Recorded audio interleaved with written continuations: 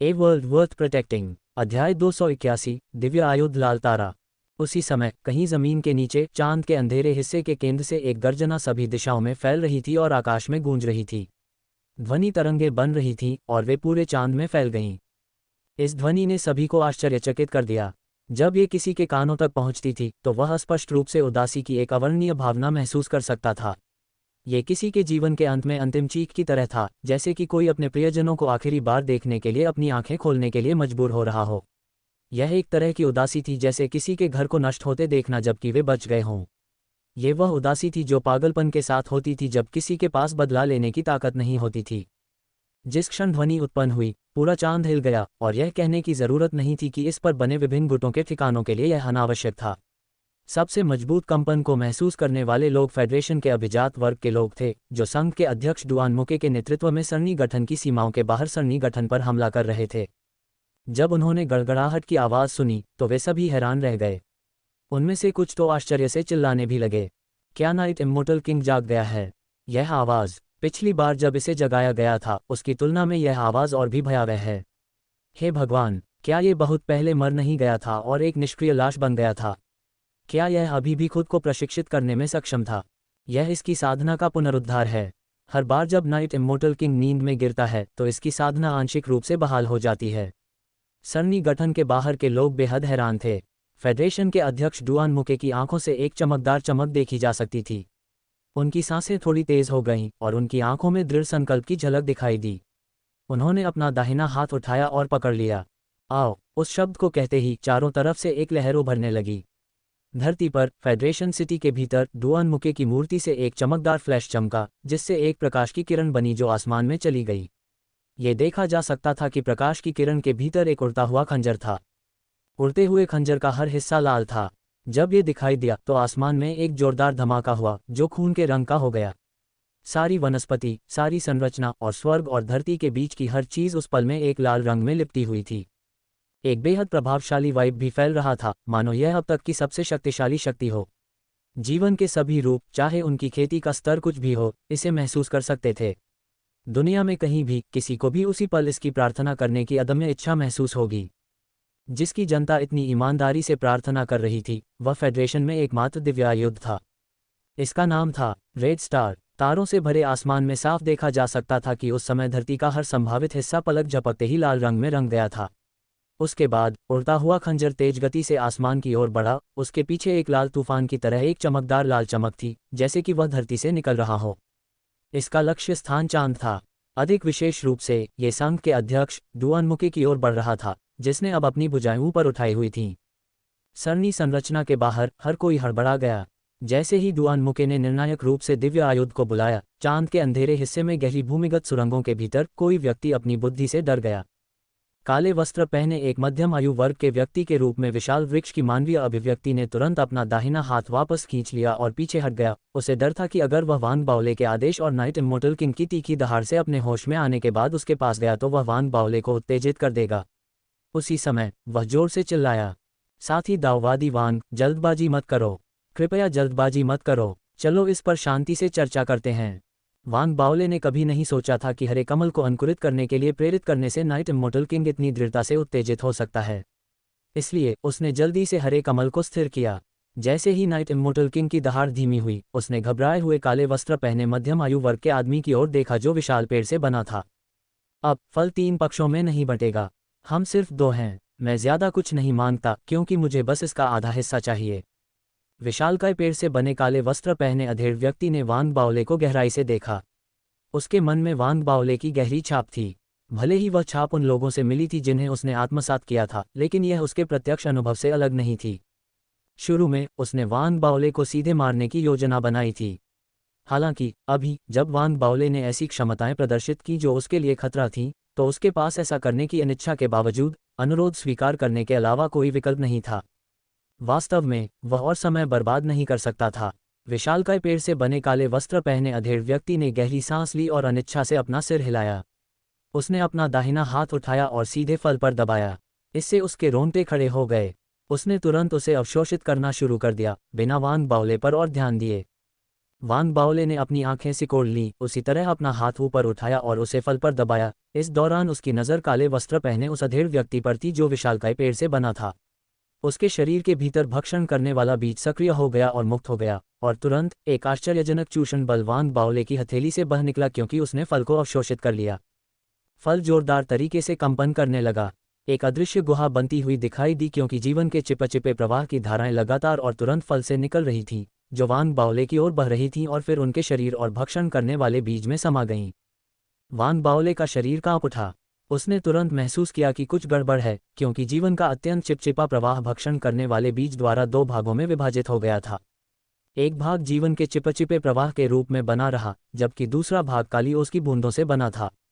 ओस में स्पष्ट रूप से किसी प्रकार की राक्षसी शक्ति थी, जो एक ही समय में जहरीली और अवरोधक दोनों थी। इससे वान बाओले को आश्चर्य हुआ क्योंकि उसे एहसास हुआ कि फल में कुछ गड़बड़ है। क्या ये फल की असली प्रकृति है या किसी ने इसके साथ कुछ किया है? वान बाओले की सांसें तेज हो गईं जब उसने विशालकाय पेड़ से बने काले वस्त्र पहने मध्यम आयु वर्ग के व्यक्ति की ओर देखा। हालांकि युवा ने फल में कुछ भी अजीब नहीं देखा, क्योंकि वह इसे अवशोषित करना जारी रखता था। इससे वान बाओले को कुछ संदेह हुआ। जैसे ही वह हिचकिचाया, भक्षण करने वाले बीज के अंदर का हरा कमल अचानक हिंसक रूप से हिलने लगा। अवशोषित की गई जीवन शक्ति उसकी ओर खींची गई, और यहाँ तक कि जहरीला जहर भी उसके द्वारा निगला जा रहा था। ऐसा लग रहा था जैसे जहरीला जहर एक पूरक की तरह था। हरा कमल जेडाइट हरा हो गया, और यहाँ तक कि इसकी मुरझाई हुई पत्तियां भी स्पष्ट रूप से फिर से जीवंत हो उठीं। क्या ये जहरीला जहर भी सोख सकता है? वान बाओले खुशी से अवाक रह गए। बस इतना ही नहीं था। जैसे जैसे भक्षण करने वाला बीज अवशोषित होता रहा और जैसे जैसे फल तेजी से सूखता गया, वान बाओले को ये देखकर आश्चर्य हुआ कि इस अवशोषण प्रक्रिया के दौरान हरा कमल भी बढ़ रहा था। भले ही यह प्रक्रिया धीमी थी, लेकिन ये स्पष्ट रूप से बड़ा हो रहा था। यह न तो आत्मा क्यूई थी और न ही जीवन का संकेत जो हरे कमल के भीतर से बह रहा था। वान बाओले यह नहीं बता पाए कि यह क्या था, लेकिन वे स्पष्ट रूप से महसूस कर सकते थे कि जो बल बह रहा था वह तेजी से उनके भौतिक शरीर के साथ एकीकृत हो रहा था। यह एकीकरण उस बल के साथ हुआ जो पोषण के रूप में कार्य कर रहा था। उनके हृदय में शक्ति और उग्रता की अनुभूति मजबूत हुई। उनकी सांस इतनी तेज थी कि यह थोड़ा अस्थिर हो गया। इस छोटी सी अवधि में उनकी शारीरिक शक्ति दोगुनी हो गई थी। वान बाओले का भौतिक शरीर हमेशा से मजबूत था। अब जब उनकी शक्ति और बढ़ गई थी, तो इसने उन्हें फाउंडेशन स्थापना साधकों के बीच एक दुर्लभ व्यक्ति बना दिया। हालांकि यह मजबूती की प्रक्रिया का अंत नहीं था। जैसे जैसे अवशोषण जारी रहा और हरा कमल बढ़ता गया, वान बाओले का भौतिक शरीर और भी मजबूत होता गया। चाहे वह उसकी हड्डियां हो या मांस और खून, सब कुछ एक उच्च स्तर पर विकसित हुआ लग रहा था। हे भगवान, क्या हरा कमल सीमाओं को चुनौती दे रहा है या फल ही असामान्य है? वान बाओले ने गहरी सांस ली और निगल लिया। उसे अविश्वसनीय लगा, और उसी समय उसके सामने खड़ा काले वस्त्र पहने अधेड़ व्यक्ति अपनी सांसों में कोसने लगा। उसने अपनी आंखों को इतनी बड़ी करके देखा कि वे लगभग अपनी जेबों से बाहर निकल रही थीं। ये तारांकन शोल, वह इतनी जल्दी कैसे अवशोषित कर सकता है? मुझे अब याद है, जब वह पहले कूलम बेसिन में था तो वह किसी प्रकार की अवशोषण विधि पर निर्भर था। पेड़ से बना काले वस्त्र पहने अधेड़ व्यक्ति पागल होने की कगार पर था। फल को अवशोषित करने के लिए वह जो बल लगा रहा था, उससे उसकी आंखें लाल हो गई थीं। वह महसूस कर सकता था कि उसकी साधना का स्तर धीरे धीरे विकसित हो रहा था। इस प्रक्रिया का पालन करते हुए वह कुछ ही समय में अपनी साधना में एक सफलता प्राप्त करने में सक्षम हो जाएगा, नवजात आत्मा के क्षेत्र तक पहुंच जाएगा, जो पृथ्वी पर विभिन्न गुटों में से कोई भी नहीं कर पाया था। एकमात्र मुद्दा यह था कि वान बाओले शायद विशाल वृक्ष का शत्रु था। जिस क्षण अनियंत्रित इच्छा से भरे विशाल वृक्ष ने अंततः आशा की एक झलक देखी, उसी क्षण वान बाओले के शरीर के भीतर हरा कमल भी बढ़ रहा था, क्योंकि जीवन का प्रवाह उसमें समा रहा था। जैसे जैसे वह बड़ा होता गया, उसमें से एक कमल का बीज निकला। कमल के बीज का सिर चमक रहा था, मानो कमल के बीज पैदा होने वाले हों। वान बाओले के शरीर के भीतर भक्षण करने वाले बीज की शक्ति हर मिनट बढ़ रही थी। यह इतनी तेजी से बढ़ रहा था कि इसने काले वस्त्र पहने अधेड़ व्यक्ति को चौंका दिया। जैसे जैसे तेज धमाके निकले और फल तेजी से सूखने लगा, वान बाओले और काले वस्त्र पहने अधेड़ व्यक्ति ने उसके भीतर जीवन स्रोत के लिए लड़ाई की। अधेड़ व्यक्ति 10 गुना धीमा होने के कारण वान बाओले को पकड़ नहीं सका। असंभव! विशाल वृक्ष से बना काले वस्त्रधारी अधेड़ आदमी अपने हृदय में क्रोध से चिल्ला रहा था, जबकि उसके माथे से हरी नसें उभरी हुई थीं। उस क्षण वान बाओले के कमल के भीतर पहला कमल का बीज प्रकट हुआ। अब दोनों पुरुषों के बीच गति में लगभग 15 गुना अंतर था। जैसे ही दूसरा, तीसरा और चौथा कमल बीज उभरा, गति में अंतर 30 गुना तक पहुंच गया। वान बाओले खुद बहुत हैरान थे। एक और उन्हें लगा कि काले वस्त्रधारी अधेड़ आदमी और भी मजबूत हो गया है और कुछ हद तक एक भयावह स्तर पर पहुंच गया है। दूसरी ओर अधेड़ आदमी के चेहरे के भाव में कुछ अजीब था। उसका चेहरा इतना काला था कि अगर वह उसे दबाता तो स्याही बह सकती थी। माफ कीजिए, क्या हम रात के अमर राजा को जगाएं? मुझे लगता है कि इस विशाल वृक्ष को इतना दबा दिया गया था कि यह क्रोधित हो गया है। जैसे ही वान बाओले भयभीत महसूस कर रहा था, उसने गहरी नींद में सो रहे नाइट इमोर्टल किंग को जगाने के लिए पहला कदम उठाने का फैसला किया। उसी समय दिव्य आयुध उड़ता हुआ खंजर जिसने सब कुछ लाल कर दिया था, फेडरेशन के अध्यक्ष डुआन मुके की ओर बढ़ते हुए निकट आया।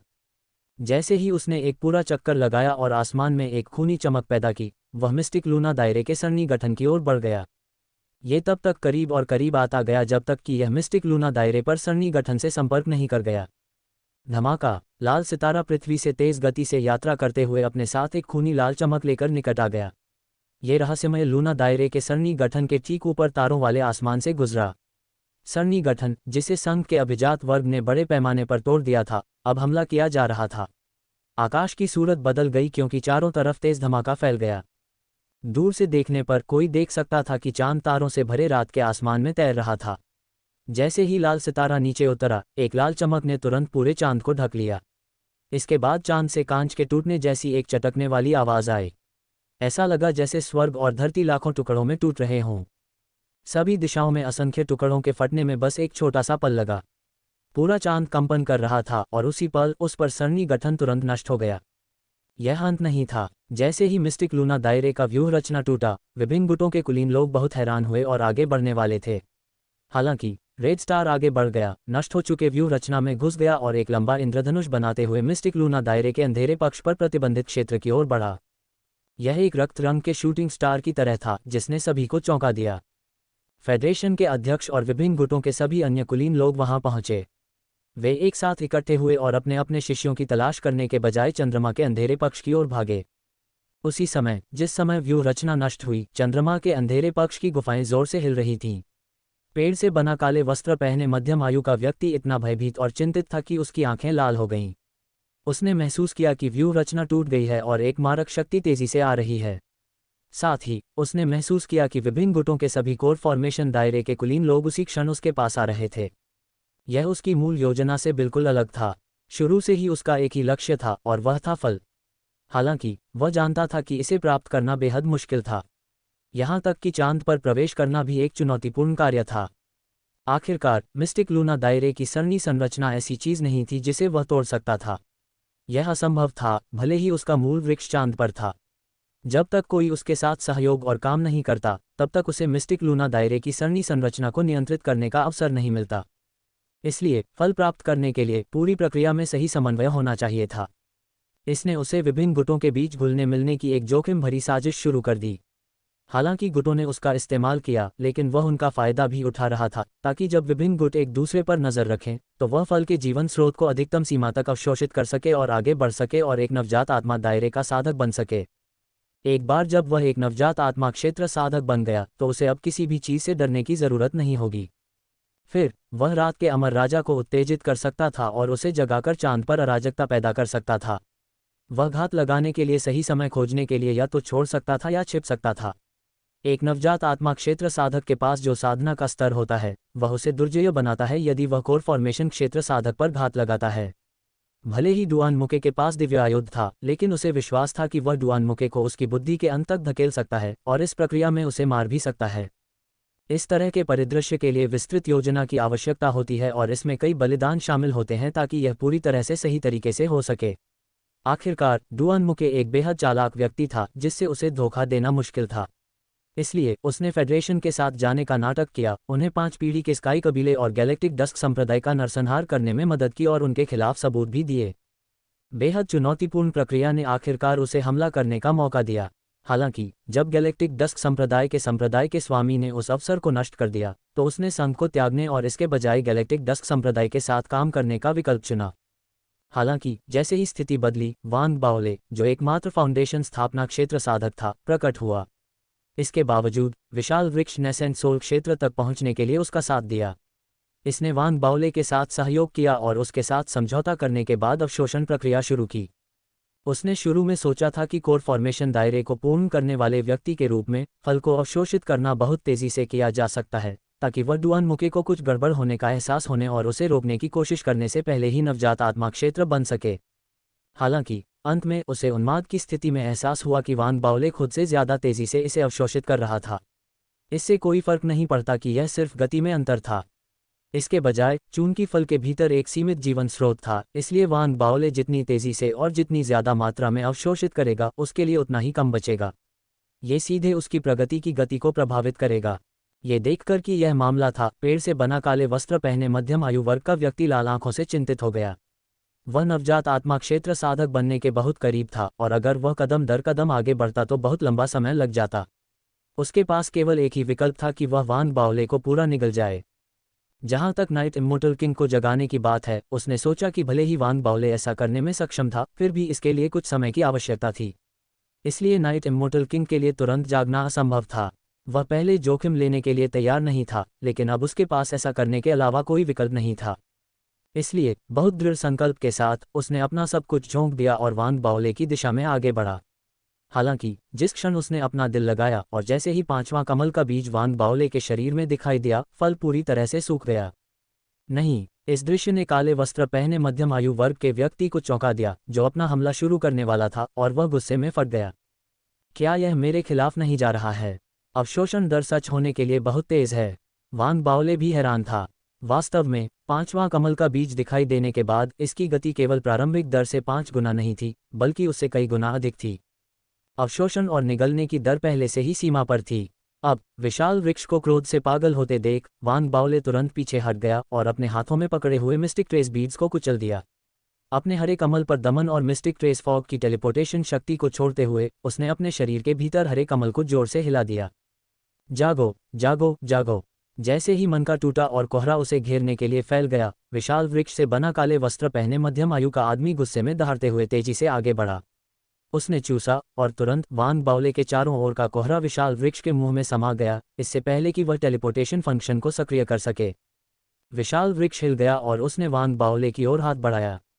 वह वान बाओले के पास नहीं पहुंचा था, लेकिन वह पहले से ही इतना प्रभावशाली था कि उसने एक दमनकारी शक्ति बना ली। इससे वान बाओले ने अपनी सांस रोक ली, मानो कोई तबाही शुरू होने वाली थी। वान बाओले सुन्न हो गया। उसे डरने का समय नहीं मिला, क्योंकि उसने अपनी सारी साधना सक्रिय कर दी और अपनी सारी शारीरिक शक्ति को बाहर निकाल दिया।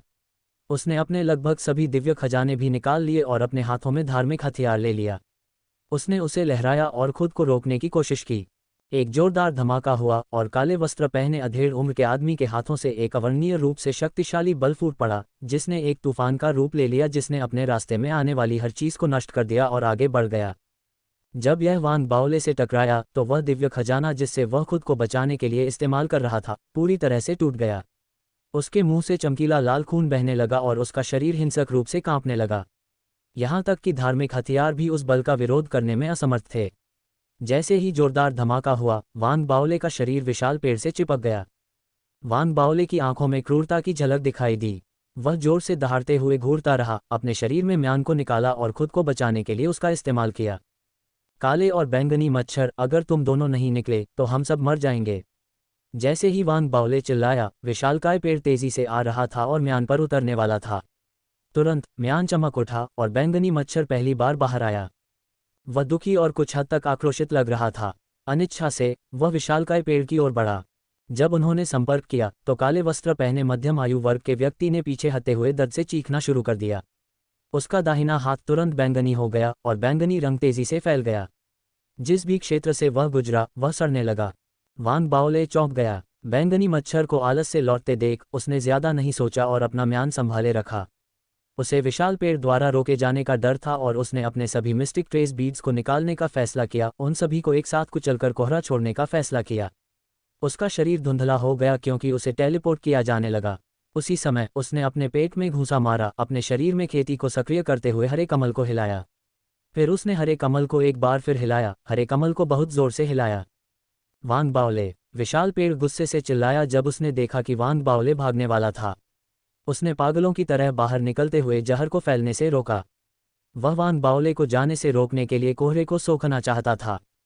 हालांकि इस समय जब वान बाओले लगातार हरे कमल को हिलाकर उसे बुलाने लगा तो कहीं गहरे भूमिगत से एक बहुत ही तेज गर्जना निकली। दहाड़, एक जोरदार धमाका चारों दिशाओं में गूंजा जिससे पूरा चांद हिल गया। उसी समय गुफाओं के ऊपर की जमीन फट गई। कोहरे का एक काला धब्बा उभरा और आसमान की ओर फैल गया। दीवारें टूट गईं, जबकि पेड़ का तना और मुरझाए हुए फल तुरंत सड़ गए, हवा में गायब हो गए।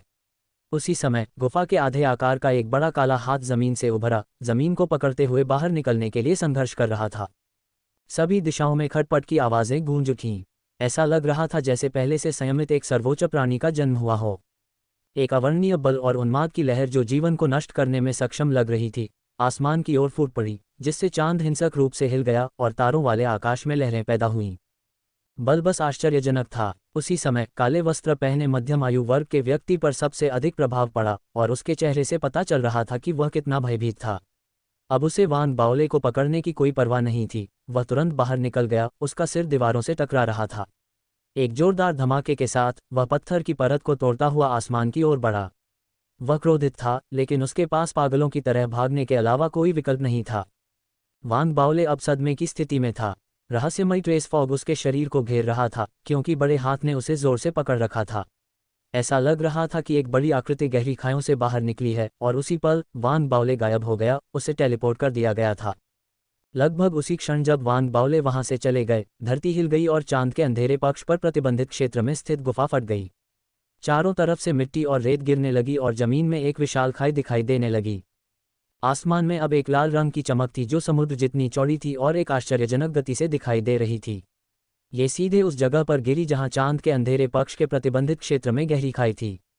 जैसे ही यह बीच हवा में रुका, एक लाल उड़ता हुआ खंजर देखा जा सकता था। ये लाल सितारा था, संघ में बचा हुआ एकमात्र दिव्य आयुध।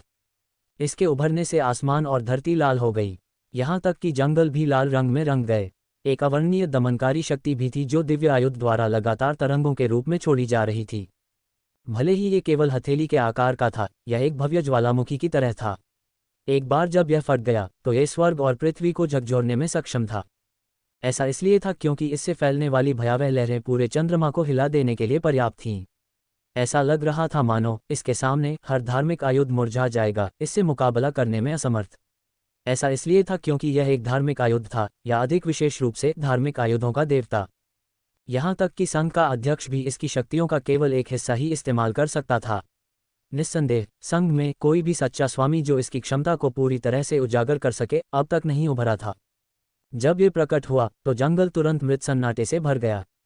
हालांकि कोई ये देख सकता था कि इस प्रतिबंधित क्षेत्र में सभी रात्रि अमर और सभी चंद्र आत्माएं ऐसे व्यवहार कर रही थीं जैसे कि उनका सामना किसी दुर्जय दुश्मन से हुआ हो, क्योंकि वे एक इंच भी हिलने की हिम्मत नहीं कर रहे थे।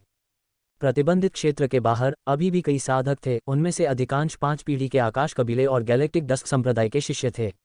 ऐसा प्रतीत होता है कि पहले हुए अचानक परिवर्तनों ने दोनों कुलों के कोर फॉर्मेशन क्षेत्र के साधकों को, जिन्हें टेलीपोर्ट किया गया था, उत्सुकता से आसपास के लोगों को इकट्ठा होने और स्थिति की जांच करने के लिए आदेश भेजने के लिए प्रेरित किया। चेन हुई भी उनमें से एक थी। नाइट इमोर्टल किंग के जागने के बाद धरती के कांपने से उस क्षेत्र के आसपास के लोगों को पीछे हटने का प्रारंभिक इरादा हुआ। हालांकि जब दिव्य आयुध प्रकट हुआ तो उन्होंने हिलने की हिम्मत नहीं की। दिव्य आयुध के प्रभावशाली तरीके ने उन्हें पीला और कठोर बना दिया।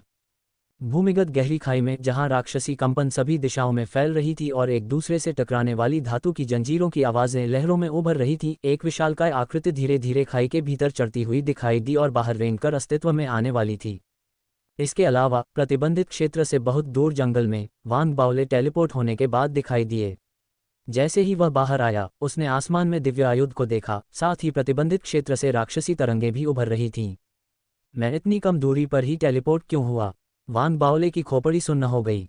मिस्टिक ट्रेस फॉग द्वारा टेलीपोर्टेशन या तो किसी को पास या दूर ले जा सकता था। हालांकि अब जब उसके पास कोई मिस्टिक ट्रेस बीड्स नहीं था तो वह चिंतित था।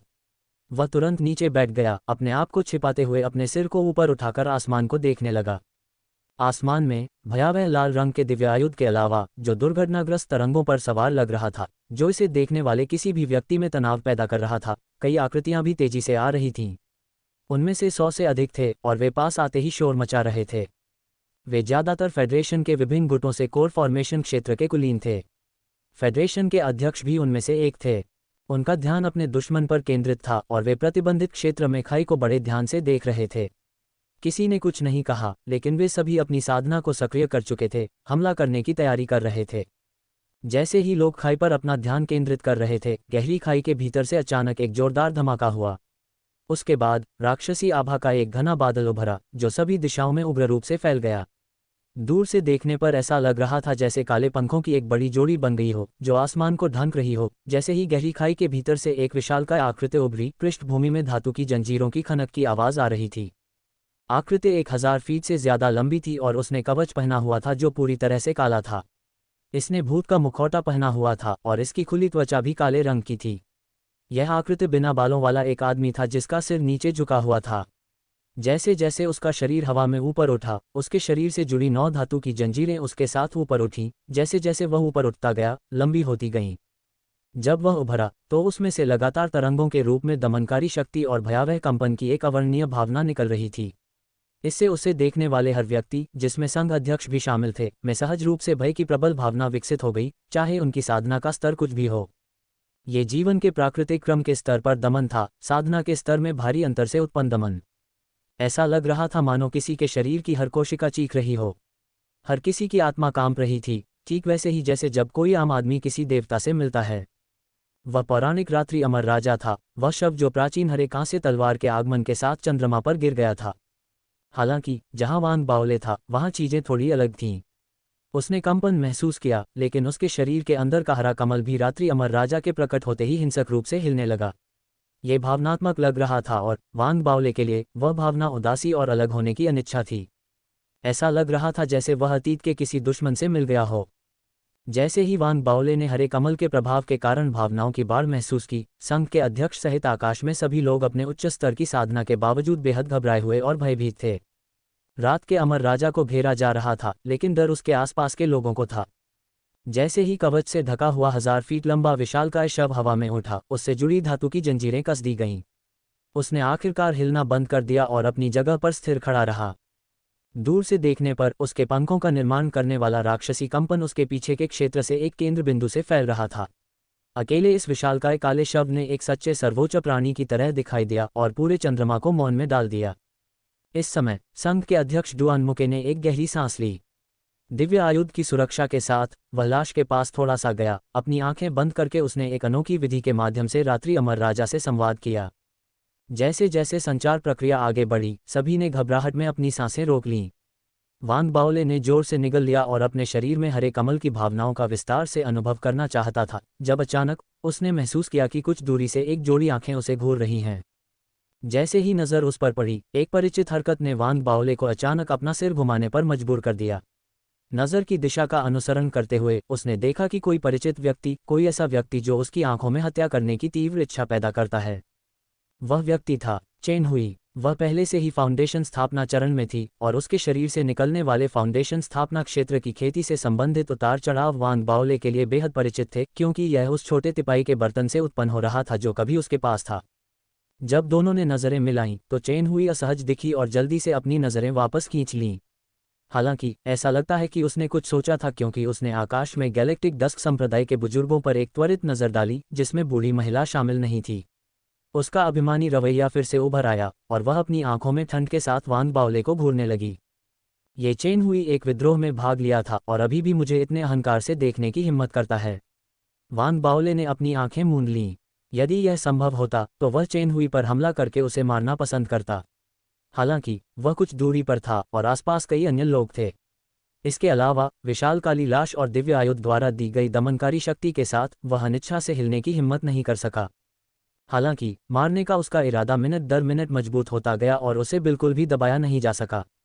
चेन हुई के शरीर में छोटे तिपाई के बर्तन ने वांग बाओले को बहुत परेशान किया, खासकर जब उसे बूढ़ी महिला द्वारा उसके शरीर से इसे बाहर निकालने का अनुभव याद आया। मैं उसे मार डालूंगा। वांग बाओले की सांसें तेज हो गईं और जैसे ही मारने का उसका इरादा सीमा तक पहुंच गया, अचानक उसके शरीर में मौजूद हरे कमल ने इस इरादे को भांप लिया और एक बार फिर हिलने लगा।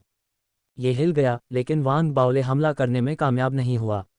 तभी आसमान में गतिहीन नाइट इमोर्टल किंग, जिसने फेडरेशन के अध्यक्ष डुआन मुके के साथ संवाद करते हुए अपना सिर नीचे कर लिया था, अचानक हिल गया। फेडरेशन प्रेसिडेंट के इर्द गिर्द मौजूद हर कोई हैरान रह गया, क्योंकि आसमान में खड़े नाइट इमोर्टल किंग ने अचानक मुड़कर देखा कि चेन हुई कहाँ खड़ी थी। उसकी पहले से बंद आंखें अचानक खुल गईं और उसकी आंखों में काली काली आंखें दिखाई देने लगीं।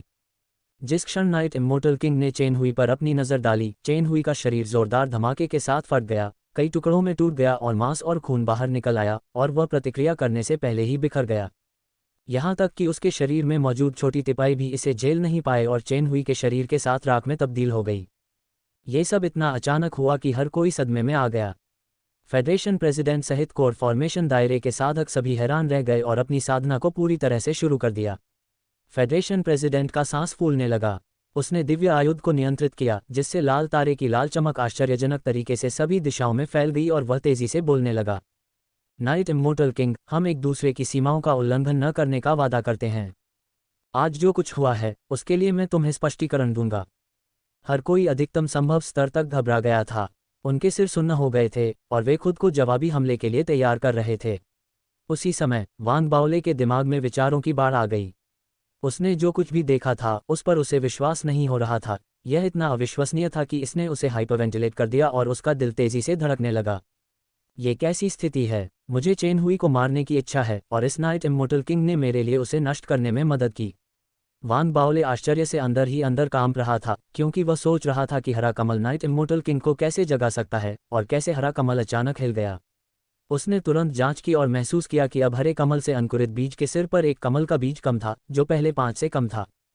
इसके परिणामस्वरूप वान बाओले ने एक ऐसा अनुमान लगाया जो उसके लिए भी चौंकाने वाला था। क्या ये हो सकता है कि कमल के बीजों का उपयोग करके नाइट इम्मोर्टल किंग को नियंत्रित किया जा सकता है? वान बाओले की आंखों में एक चमक दिखाई दी, क्योंकि वह जल्दी से अपने चारों ओर देखने लगा, बूढ़ी औरत की तलाश में। हालांकि यह अफसोस की बात थी कि बूढ़ी औरत मौजूद नहीं थी। वान बाओले को लगा कि यह अफसोस की बात है, और जब उसने आकाश में कोर फॉर्मेशन साधकों को देखने के लिए अपना सिर उठाया तो उसे एहसास हुआ कि फेडरेशन के अध्यक्ष, सीनेट और 4 दाव कॉलेजों के अलावा वह बाकी लोगों से पहले कभी नहीं मिला था। इसने उसे अपनी परिकल्पना का परीक्षण करने का विचार छोड़ दिया। जब वह शांत हुआ और स्थिति का विश्लेषण किया तो वह एक मोटे निष्कर्ष पर पहुंचने में कामयाब रहा। जब तक मेरे पास पर्याप्त कमल के बीज नहीं होंगे, मैं लंबे समय तक नाइट इम्मोर्टल किंग को नियंत्रित नहीं कर पाऊंगा। उसे नियंत्रित करने के एक प्रयास के लिए एक कमल का बीज। वान बाओले ने चुपचाप सोचा। साथ ही वह ये भी समझ गया कि किसी को भी इसके बारे में पता नहीं चलना चाहिए, क्योंकि वह दूसरों की दया पर दांव नहीं लगा सकता। मेरे हरे कमल के साथ भी यही स्थिति है, मुझे इसे छिपाने की ज़रूरत है। इस विचार के साथ वान बाओले ने बूढ़ी महिला को मारने के लिए नाइट इम्मोर्टल किंग को नियंत्रित करने के लिए कमल के बीज का उपयोग करने के अपने इरादे को पूरी तरह से त्याग दिया। इसके बजाय उसने उस विधि का उपयोग करने की कोशिश की जिसे उसने स्पिरिट ब्रीथ विलेज में रहते हुए अपनाया था। बहुत जल्दी उसके शरीर में भक्षण करने वाला बीज धुंधला हो गया और हरा कमल उसके साथ छिप गया। जहां तक वह किस चीज़ को रूपांतरित करना चाहता था, इस बारे में कुछ सोचने के बाद वान बाओले ने अपने फाउंडेशन प्रतिष्ठान के लिए एक आदर्श वस्तु के रूप में एक गोली की बोतल को रूपांतरित करने का फैसला किया। इस तरह वह समझा सकता था कि वह अपनी चोटों से पूरी तरह कैसे ठीक हो गया। आखिरकार एक गोली की बोतल का उद्देश्य गोलियों को संग्रहित करना था। ये समझ में आता है अगर वह कहता कि उसे एक गोली की बोतल प्राप्त करने का सौभाग्य मिला जिसमें उपचार की गोलियां थीं। इसके अलावा स्पिरिट ब्रीथ विलेज में हर कोई अच्छी तरह से जानता था कि वान बाओले की किस्मत अविश्वसनीय रूप से अच्छी थी। जब वान बाओले आसमान में हरे कमल का भेष बदल रहा था, तब फेडरेशन के अध्यक्ष द्वारा संचार स्थापित करने के बार बार प्रयास करने के बाद नाइट इम्मोर्टल किंग ने आखिरकार उस दिशा से अपनी नज़र हटा ली जहां चेन हुई की मृत्यु हुई थी। वह बीच हवा में खड़ा था, अपना सिर उठाकर सूरज की दिशा में देख रहा था जहां प्राचीन हरी कांस्य तलवार थी। वह चुपचाप देखता रहा और लंबे समय के बाद उसकी आंखों में अचानक एक काली चमक उभरी और उसका पूरा शरीर आगे की ओर बढ़ गया।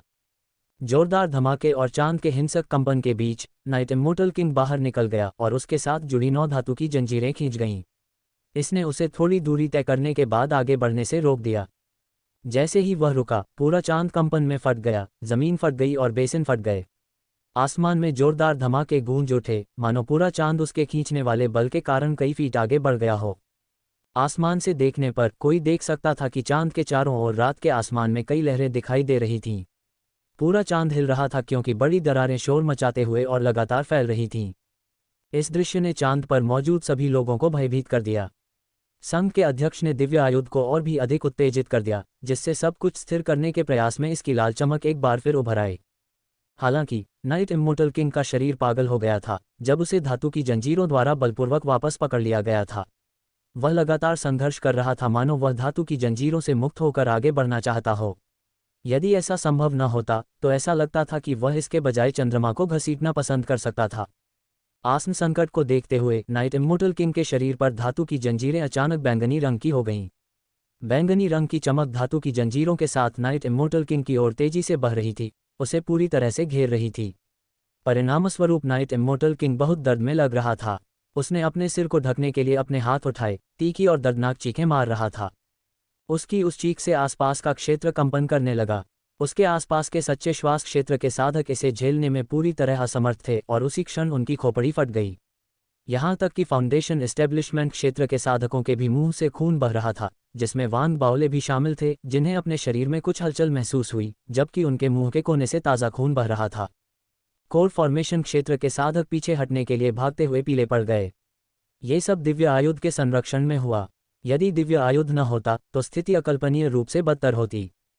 काफी समय बाद दर्दनाक चीखों की तीव्रता कम हो गई। ऐसा लग रहा था कि नाइट इम्मोर्टल किंग ने अपनी ऊर्जा का एक बड़ा हिस्सा खो दिया था, और जैसे ही उसे लगा कि वह स्थिति को बदलने की कोशिश करने में शक्तिहीन है, उसका शरीर धीरे धीरे डूब रहा था। उसकी आंखें इतनी कमजोर हो रही थीं कि वे अब खुली नहीं रह सकती थीं। ऐसा लग रहा था कि वह फिर से हाइबरनेशन में जा रहा था, लेकिन उसने अपना मुंह खोलने के लिए संघर्ष किया, कुछ कहना चाहता था। हालांकि जो हुआ वह केवल बड़बड़ाहट थी। उसकी आवाज़, जिसमें असीम उदासी थी, ने इसे सुनने वाले सभी लोगों के दिलों में भावनाओं की लहर पैदा कर दी, जैसे कि वे सभी एक ही तरह का अत्यधिक दुख महसूस कर रहे हों। यह उस उदासी के समान था जो किसी व्यक्ति द्वारा अपने घर को अपनी आंखों से नष्ट होते देखने के बाद बनी रहती है। यह उस शेष आक्रोश के पीछे की उदासी की तरह था जो बदला लेने में असमर्थता के कारण अपनी कब्र तक ले जाता है। यह एक तरह का अपराध बोध था, साथ ही साथ पागलपन के साथ आया दर्द। ये सभी भावनाएं उस पल करुण क्रंदन में परिणत हुईं, जो सभी दिशाओं में फैल गईं। सबसे दुखद बात यह थी कि इस अत्यधिक भावनात्मक दर्द में उसके आंसू पहले ही सूख चुके थे। अपनी चीखों में उसने धीरे धीरे अपने शरीर को नीचे किया, धीरे धीरे घुटनों के बल बैठकर प्राचीन हरे कांस्य तलवार की दिशा में सूर्य की ओर मुख किया।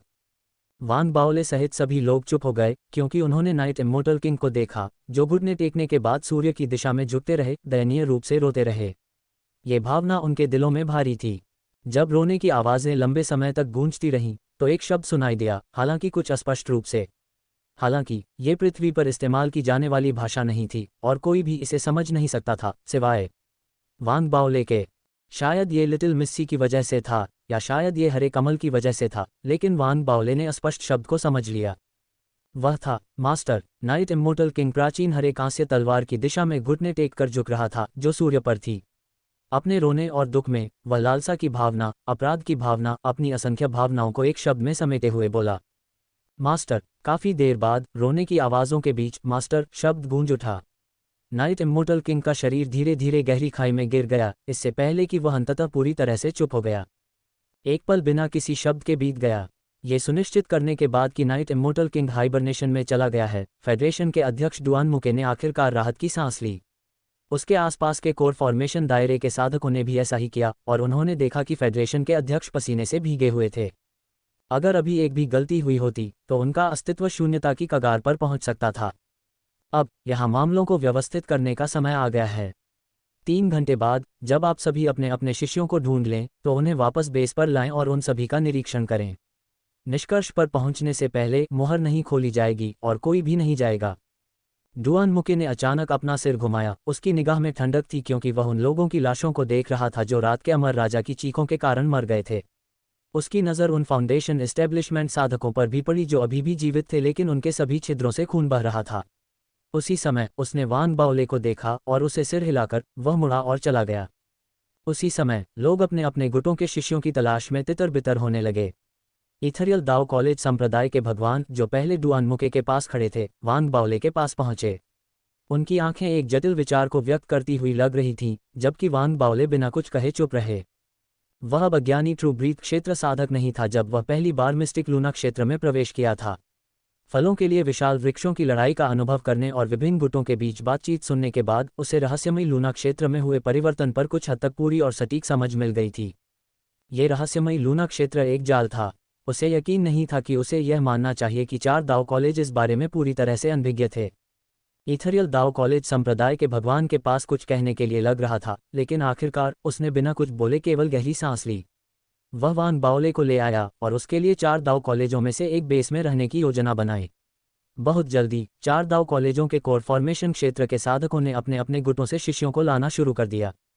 वान बाओले ने झुओ युफान और झाओ यामिंग को देखा, जो दोनों प्रभावशाली थे और फाउंडेशन स्थापना अवस्था में पहुंच चुके थे। यह विशेष रूप से झाओ यामिंग के लिए था, जिसने वान बाओले को यह एहसास दिलाया कि वह एक आदर्श वस्तु के साथ फाउंडेशन स्थापना चरण तक पहुंच गई है। चेन यूटोंग और कंपनी भी वापस आ गई थी। जैसे ही लोग वापस लौटे, रहस्यमय लूना दायरे के अंधेरे पक्ष में जंगल की भूमि के एक टुकड़े में लड़ाई शुरू होने वाली थी।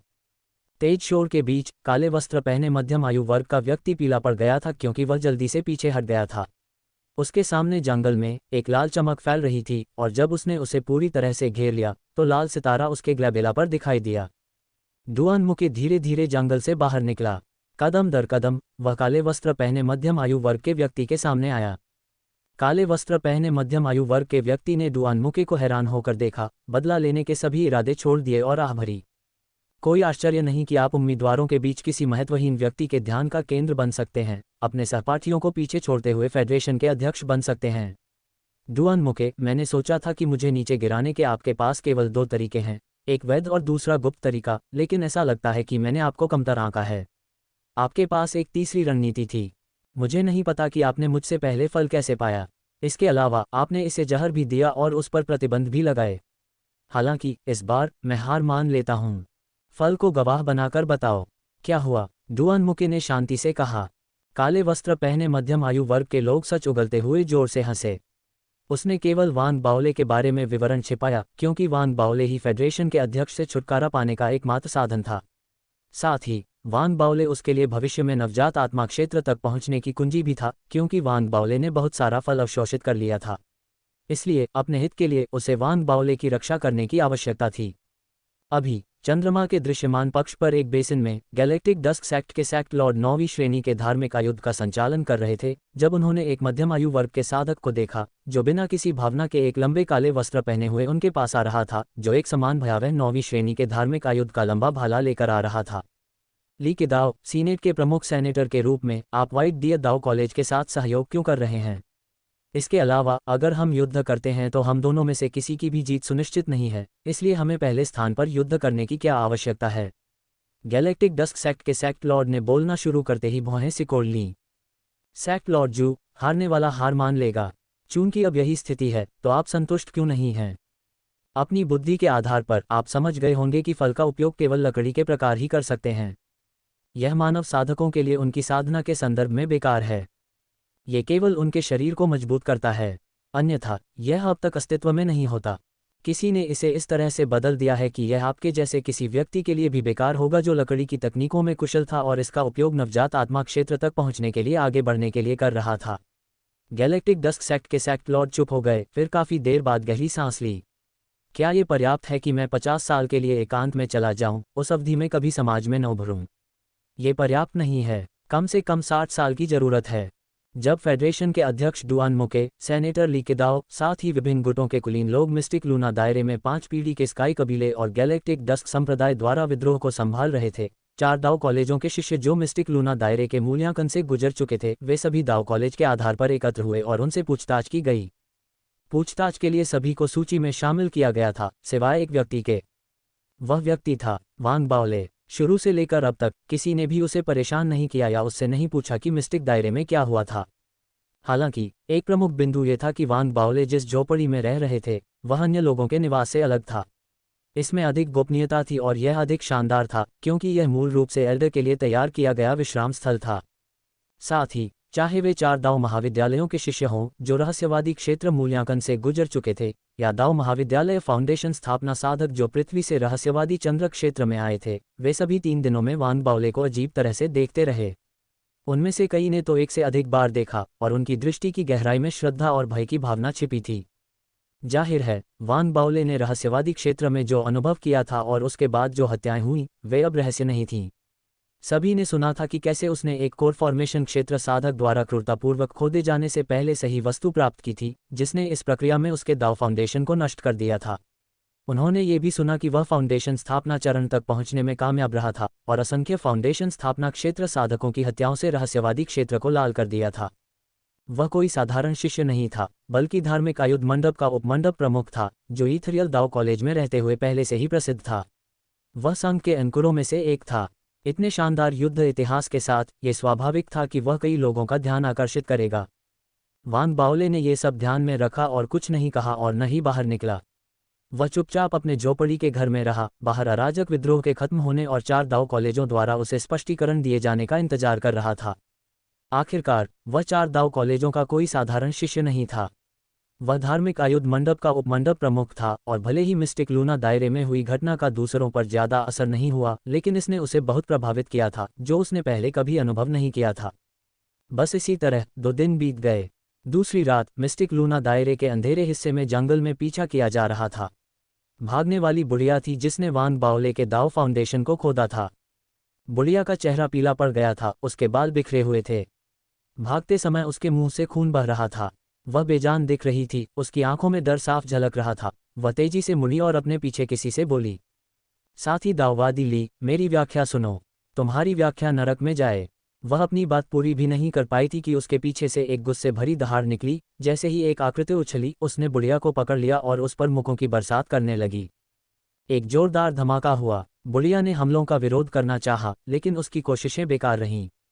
उस पर लगे मुक्के की वजह से उसका खून और भी ज्यादा बहने लगा। वह जल्दी से पीछे हट गई, लेकिन वह आकृति तुरंत उसके सामने आ गई।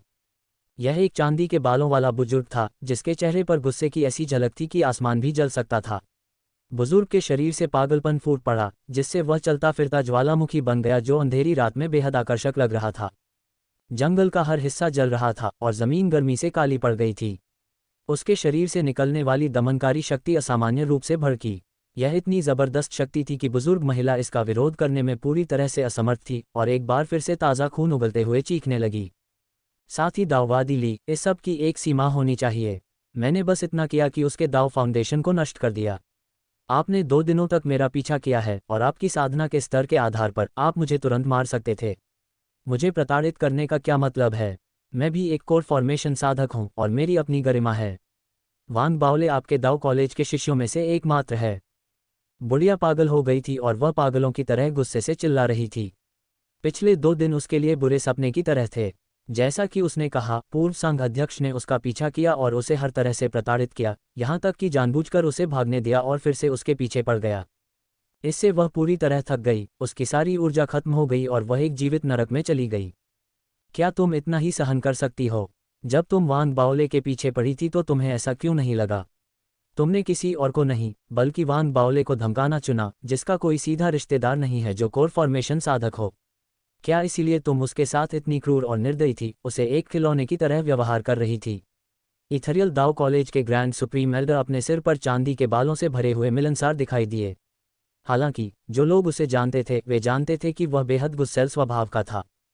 वह पास आते ही घूरता रहा, अपना दाहिना हाथ ऊपर उठाता रहा।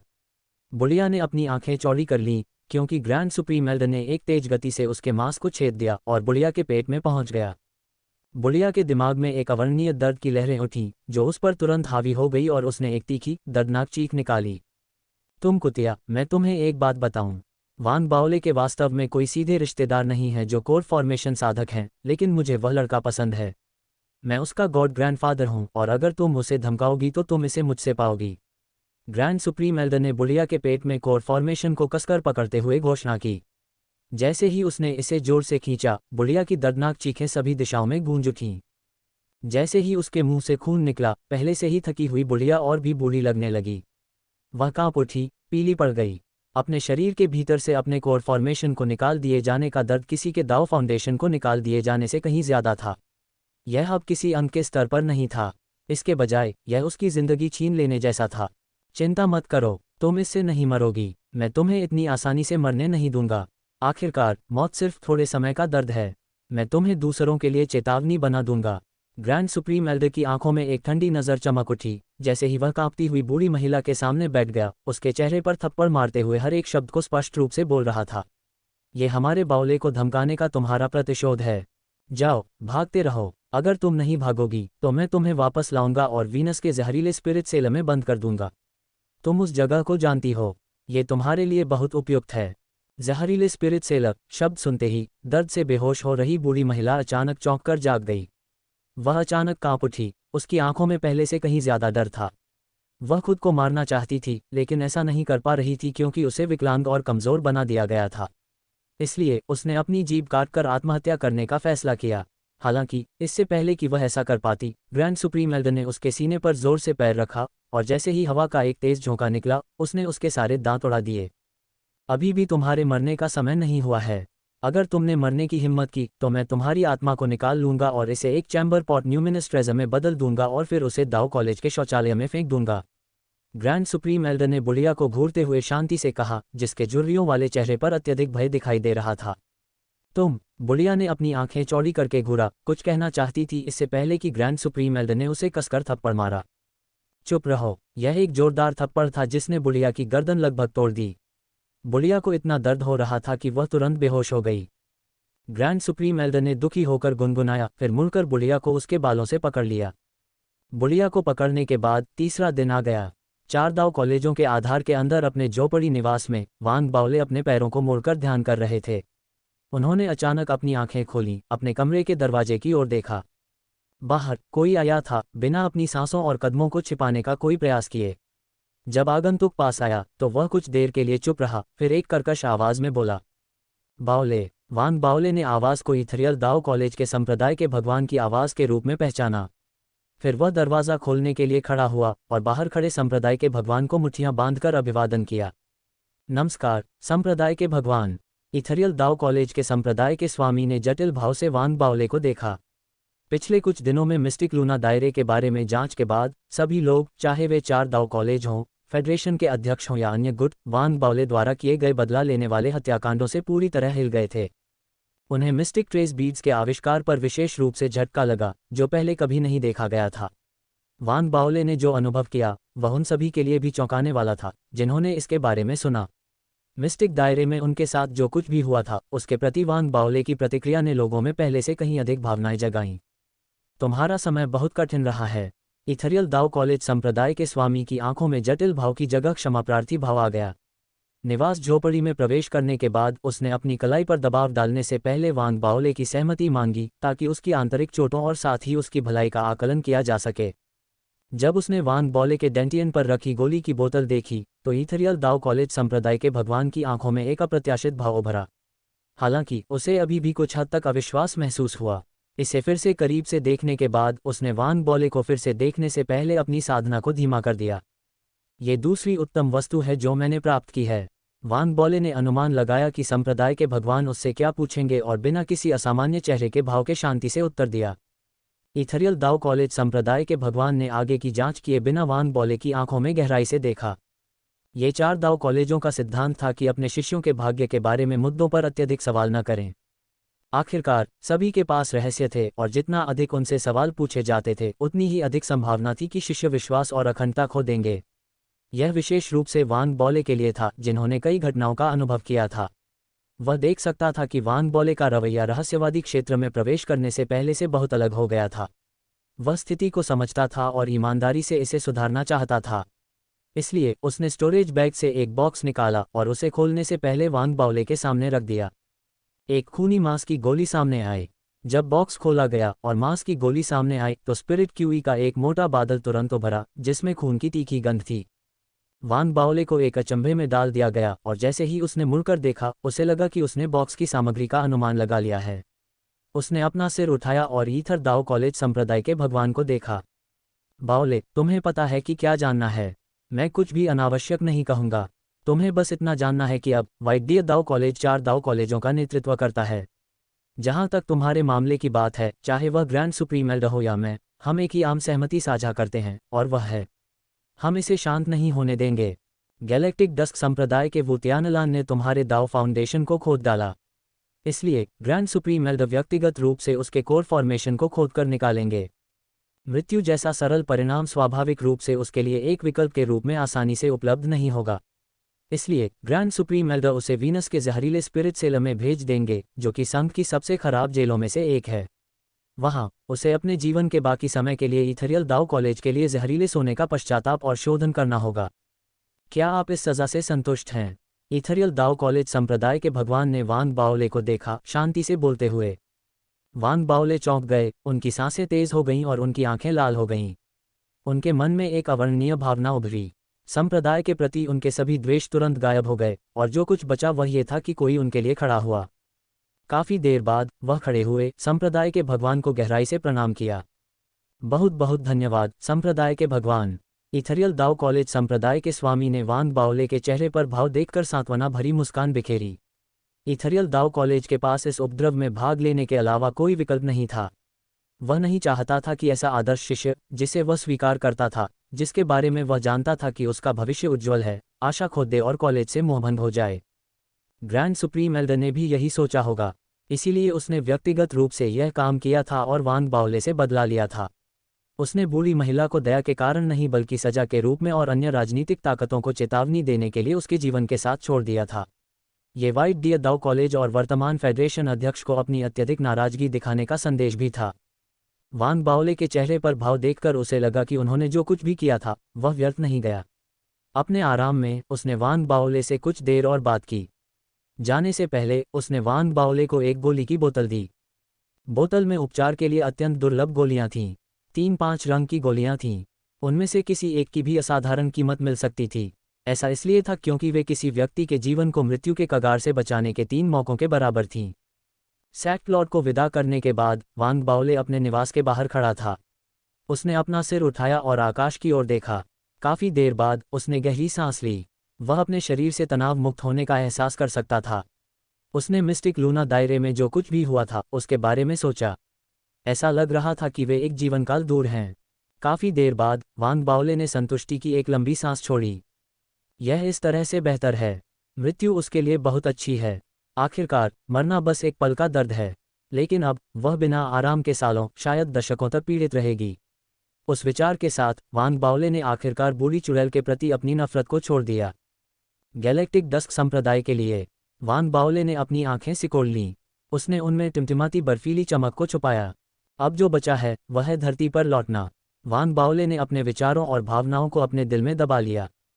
वह मुड़ा और धरती को देखा, जो आसमान में तारों के बीच लटकी हुई थी। उसने नीले तारों वाले आसमान का अध्ययन किया। उसके दिल में लालसाएं उमड़ पड़ी, अपने माता पिता के लिए, कॉलेज में वापस आए लोगों के लिए, उनके कामों के लिए और कॉलेज के हर पेड़ और पत्ते के लिए। ये वैसा ही था जैसा वांग बाओले ने भविष्यवाणी की थी। उस रात बाद में उसे कॉलेज से एक नोटिस मिला जिसमें उसे अगले दिन धरती पर लौटने की सूचना दी गई थी। ये स्पष्ट था कि मिस्टिक लूना दायरे से संबंधित मामले सुलझ गए थे। अब उनके सहयोग और मदद की कोई ज़रूरत नहीं थी। यही वजह थी कि वे जा सकते थे। वांग बाओले ने अपना सामान पैक किया और फिर एक क्रॉस लेग बैठने की स्थिति में बैठ गया। उसने अपनी भावनाओं को शांत होने दिया और जो कुछ भी हुआ था उसके साथ खुद को शांत होने दिया। ये देर रात तक चलता रहा, जब तक कि एक अप्रत्याशित आगंतुक उसके निवास के बाहर नहीं आ गया। उसके कमरे में दरवाजे पर दस्तक की आवाज़ गूंज रही थी। वांग बाओले, जो ध्यान कर रहा था, चौंक गया। उसने अपना सिर उठाया। उसके कमरे के दरवाजे बिना आवाज़ के खुले। उसके कमरे के बाहर एक विशालकाय आकृति खड़ी दिखाई दी। वह वहां खड़ा था, स्वर्ग जितना ऊंचा, एक अवर्णनीय, दमनकारी उपस्थिति को प्रकट करते हुए। हवा में रक्त के रंग की एक आत्मिक ऊर्जा भी लहरा रही थी। स्पष्ट रूप से दबा दिए जाने के बावजूद एक मौन उछाल अभी भी बाहर निकलकर पूरे कमरे में फैल गया। वांग बाओले ऊर्जा हस्ताक्षर से अपरिचित नहीं थे। ये दिव्य आयुध था। वह आने वाले व्यक्ति से भी उतना ही परिचित था। वह था संघ का अध्यक्ष डुआन मुके। वांग बाओले के सिर में खतरे की घंटी बज उठी और वह तुरंत सतर्क हो गया। वह जल्दी से अपने पैरों पर खड़ा हुआ और डुआन मुके की ओर झुकते हुए अपनी मुठ्ठियां बांध लीं। नमस्कार अध्यक्ष। डुआन मुके ने तुरंत बात नहीं की। वह वहीं खड़ा रहा और वांग बाओले को देखता रहा। उसके चतुर दिमाग और उसके वर्षों के अनुभव ने उसे बताया कि वांग बाओले उससे स्पष्ट रूप से सावधान था। उसने अपनी उपस्थिति के बल को कम नहीं किया, बल्कि उसे और तीव्र कर दिया। वांग बाओले ने डुआन मुके की मुस्कान को देखा और उसकी सांसें तेज हो गईं। उसकी सहज प्रवृत्ति ने उसे पीछे हटने के लिए कहा। डुआन मुके के साथ यह मुलाकात फेडरेशन के 100 सीडलिंग पुरस्कार समारोह में उनकी पिछली मुलाकात से बिल्कुल अलग थी। तब वांग बाओले डुआन मुके को नहीं जानता था। हालांकि अब मिस्टिक लूना दायरे में जो कुछ भी उसने सहा था, उसके बाद वह अपने निष्कर्ष पर पहुंच गया था। वह डुआन मुके की चालाकी और उसके विचारों की छिपी गहराई को जानता था। अगर वे धरती पर होते तो वांग बाओले निश्चित रूप से अब की तुलना में अधिक घबराए हुए होते। लेकिन अब वे चांद पर थे। वांग बाओले को नाइट इमोर्टल किंग और उसके शरीर के अंदर हरे कमल की याद आई और उसे थोड़ा आत्मविश्वास मिला। उसने एक कदम भी पीछे नहीं हटाया और इसके बजाय अपना सिर उठाया और डुआन मुके की आंखों से मिला। उनकी आंखें मिलीं और डुआन मुके की आंखों में आश्चर्य की एक झलक दिखाई दी। आश्चर्य धीरे धीरे स्वीकृति में बदल गया, फिर उसके होठों पर मुस्कान आ गई। वांग बाओले, मेरे साथ टहलने आओ, उसने कहा, फिर मुड़ा और चला गया।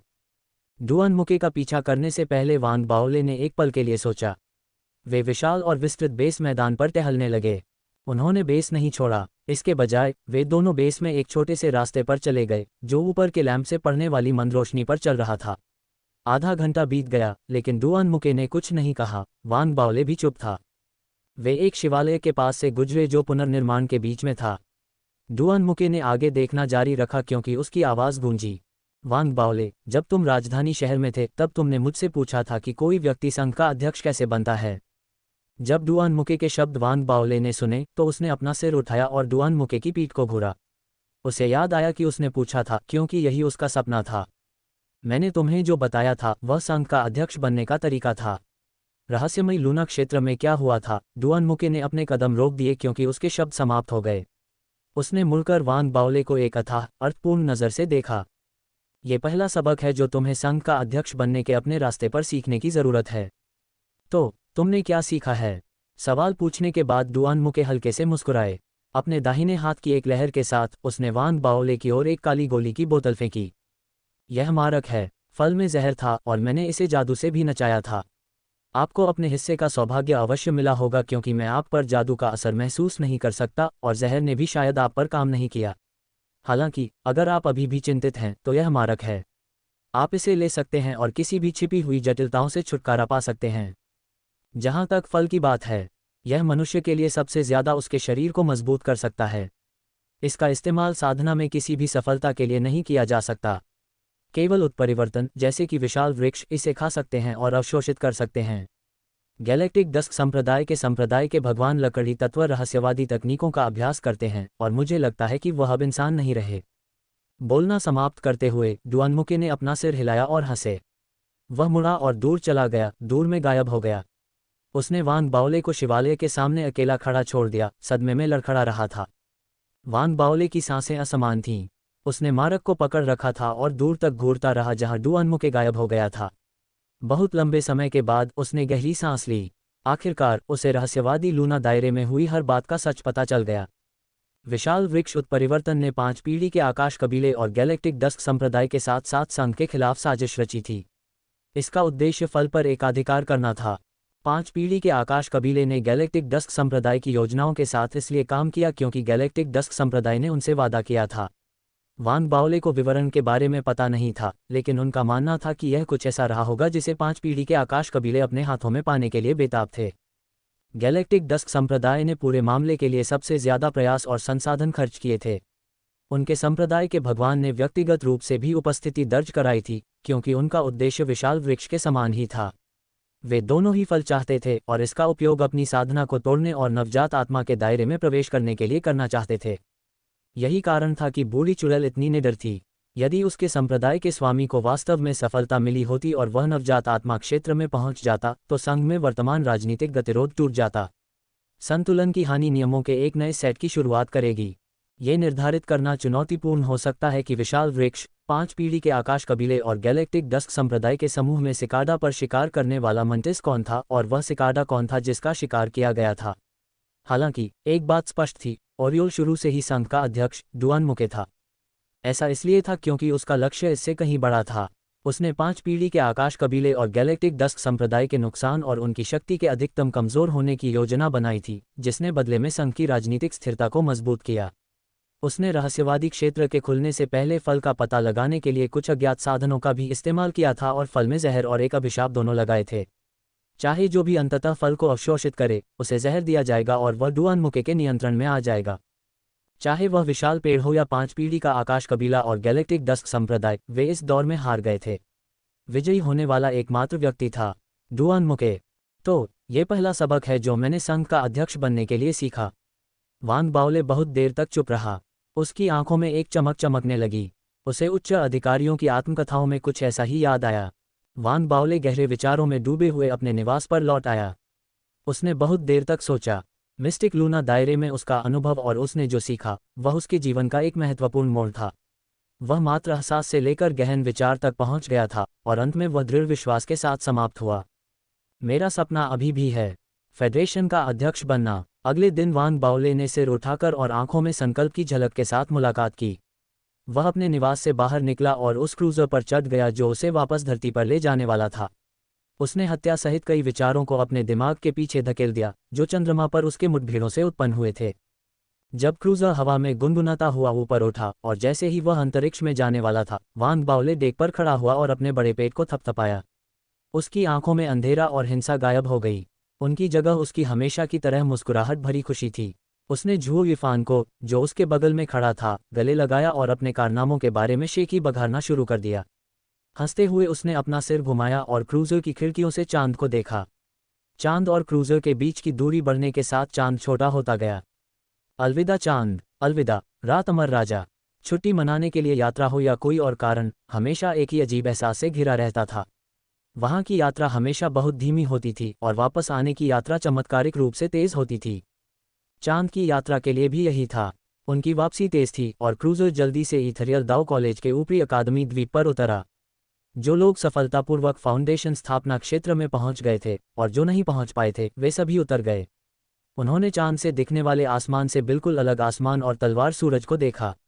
वे पक्षियों के गीत सुन सकते थे और फूलों के खिलने की खुशबू सूंघ सकते थे। वे हवा को महसूस कर सकते थे और उसमें आत्मा क्यूई का संचार हो सकता था। वान बाओले आखिरकार पूरी तरह से आराम करने में सक्षम हो गया। हालांकि फाउंडेशन स्थापना क्षेत्र में आगे बढ़ने के बाद भी उनके सामने ढेरों काम थे, फिर भी वान बाओले ने खुद को एक लंबी छुट्टी देने का फैसला किया। वह फीनिक्स शहर वापस जा रहा था, अपने माता पिता के पास।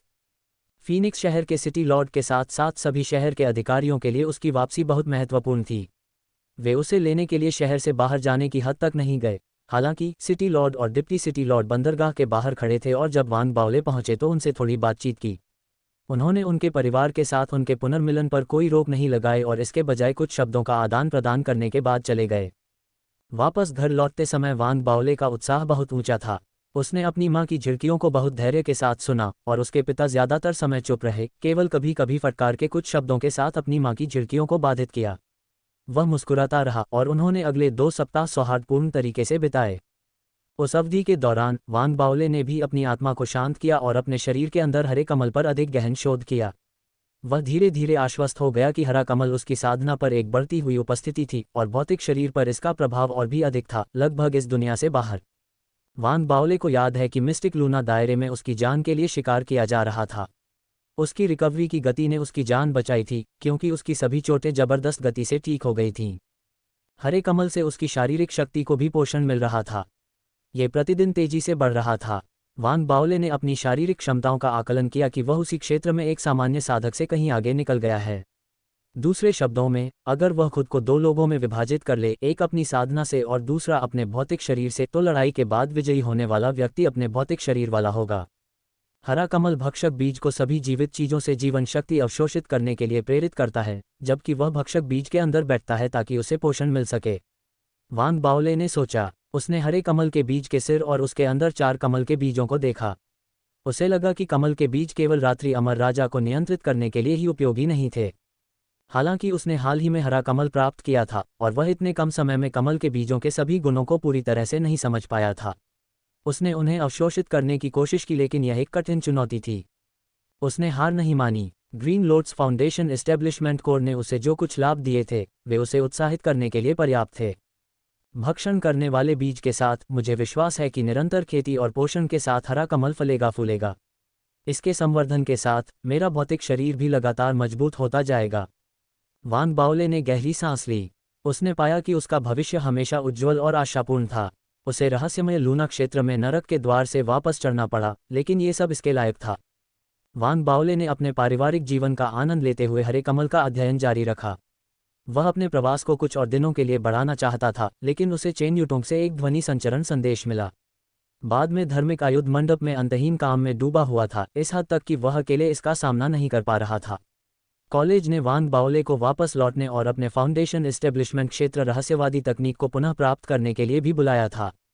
कॉलेज से उसे वापस आने के लिए कहने वाले संदेशों के अलावा घर पर वान बाओले को यह भी पता चला था, जिससे उसे बहुत दुख हुआ, कि उसकी मां ने इन दिनों उसके लिए मैचमेकिंग सेशन की व्यवस्था शुरू कर दी थी। वह पूरी तरह से भयभीत था।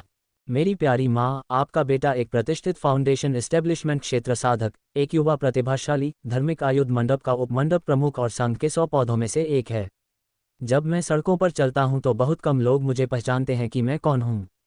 मुझे बस एक शब्द कहना है और जो महिलाएं मेरी गर्लफ्रेंड बनना चाहती हैं, वे फीनिक्स सिटी से लेकर इथरियल दाओ कॉलेज तक सड़कों पर लाइन लगा देंगी। और आपको अभी भी लगता है कि मुझे अपनी सिंगलहुड स्थिति को हल करने के लिए मैचमेकिंग की ज़रूरत है। मैचमेकिंग मेरे अच्छे लुक और प्रतिभा का अपमान है। वान बाओले की मां ने वान बाओले के विरोध को सुनते ही अपनी आंखें घुमाए और घूर कर देखा। उसने उसके कान पकड़ लिए।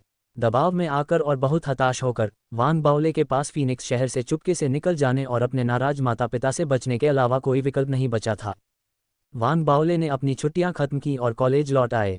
चेन यूटोंग से उन्होंने जो पहली बात सीखी वह थी मिस्टिक लूना रियल्म की विफलता के बाद क्या हुआ था। 2 सप्ताह पहले मिस्टिक लूना रियल्म छोड़ने वाले लोग न केवल 4 दाओ कॉलेजों के शिष्य थे, बल्कि अन्य राजनीतिक ताकतों के भी शिष्य थे। उनके जाने के बाद चंद्रमा पर असली सफाई शुरू हुई थी। यह एक बहुत बड़ा खूनखराबा था, विद्रोही ताकतों को कुचलने के लिए एक पूर्ण नरसंहार। अराजकता ने पूरे मिस्टिक लूना रियल्म को अपने कब्जे में ले लिया। सरनी गठन की सील के भीतर फंसे 5 पीढ़ी के आकाश कबीले और गैलेक्टिक डस्क संप्रदाय में से कोई भी बच नहीं सका। विद्रोह में भाग लेने वाले प्रत्येक 5 पीढ़ी के आकाश कबीले के साधक, चाहे वह कोर फॉर्मेशन क्षेत्र हो या फाउंडेशन एस्टेब्लिशमेंट क्षेत्र या यहाँ तक कि ट्रू ब्रीथ क्षेत्र के साधक, कुछ अपवादों के साथ नष्ट कर दिए गए।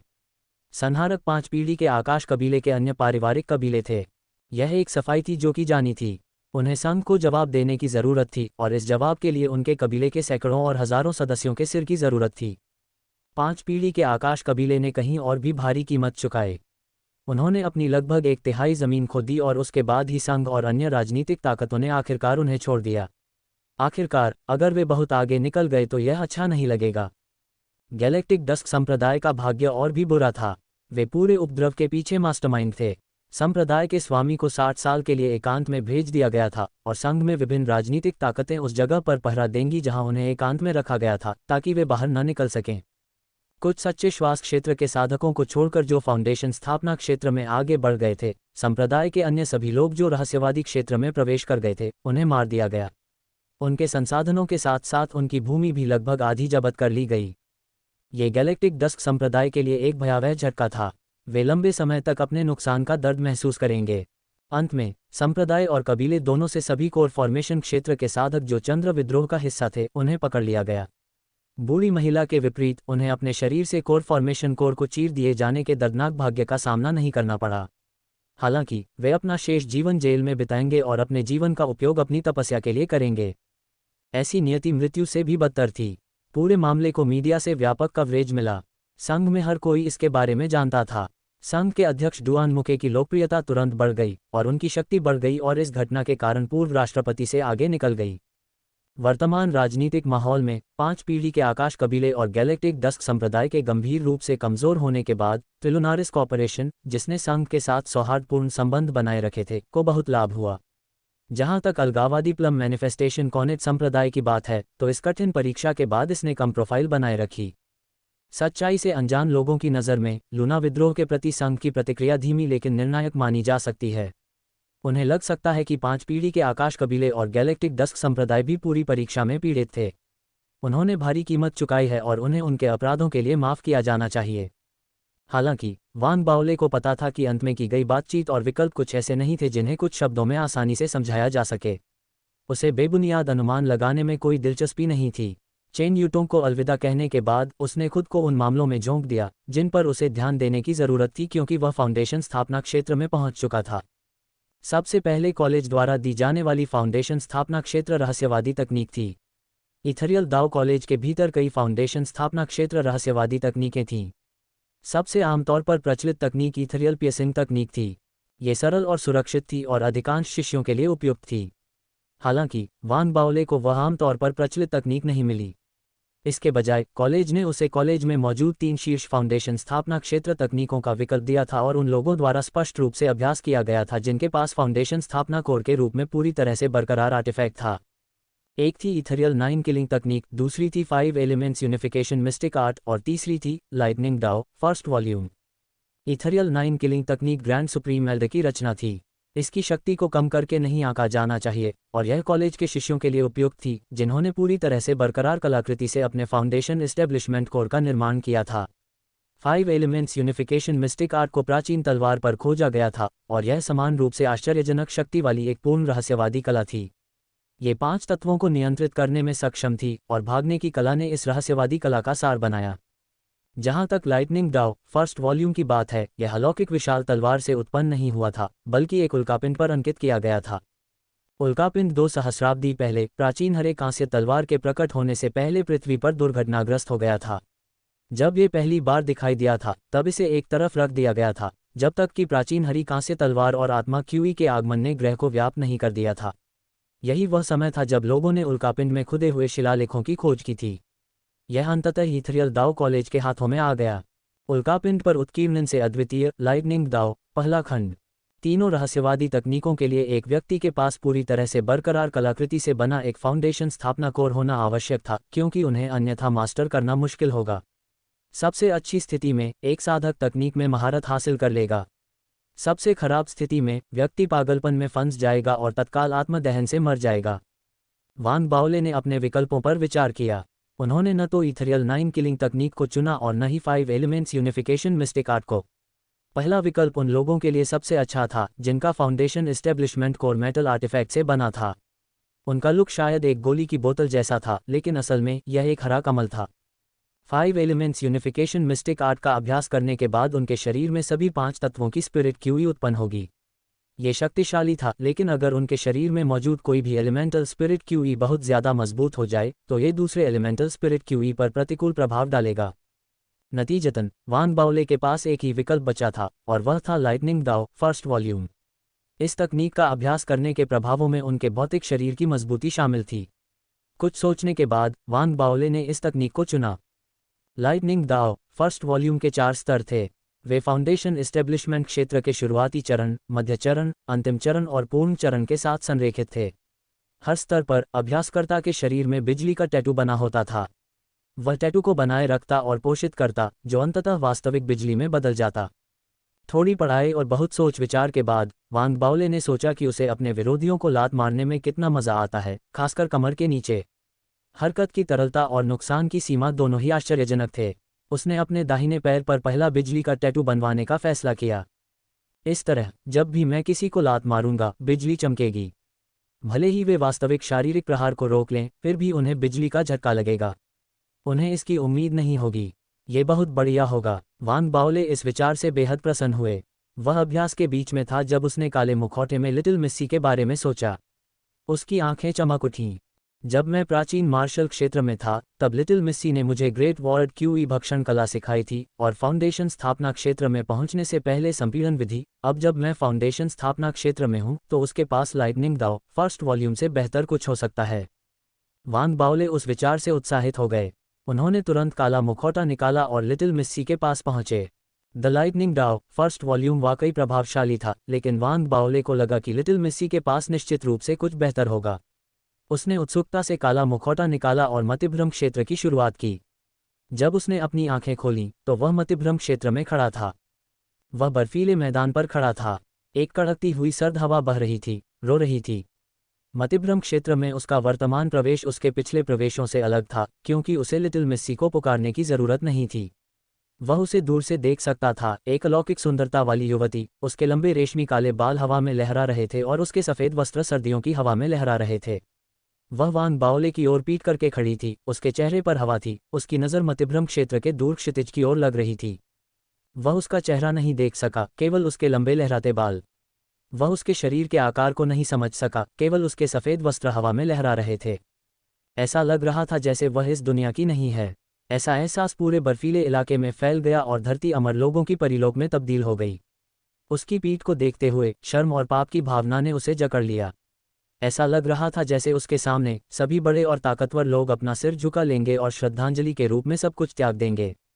अगर ये दृश्य किसी पेंटिंग में अमर हो जाता तो लिटिल मिस्सी पेंटिंग में एक असाधारण सुंदरता होती।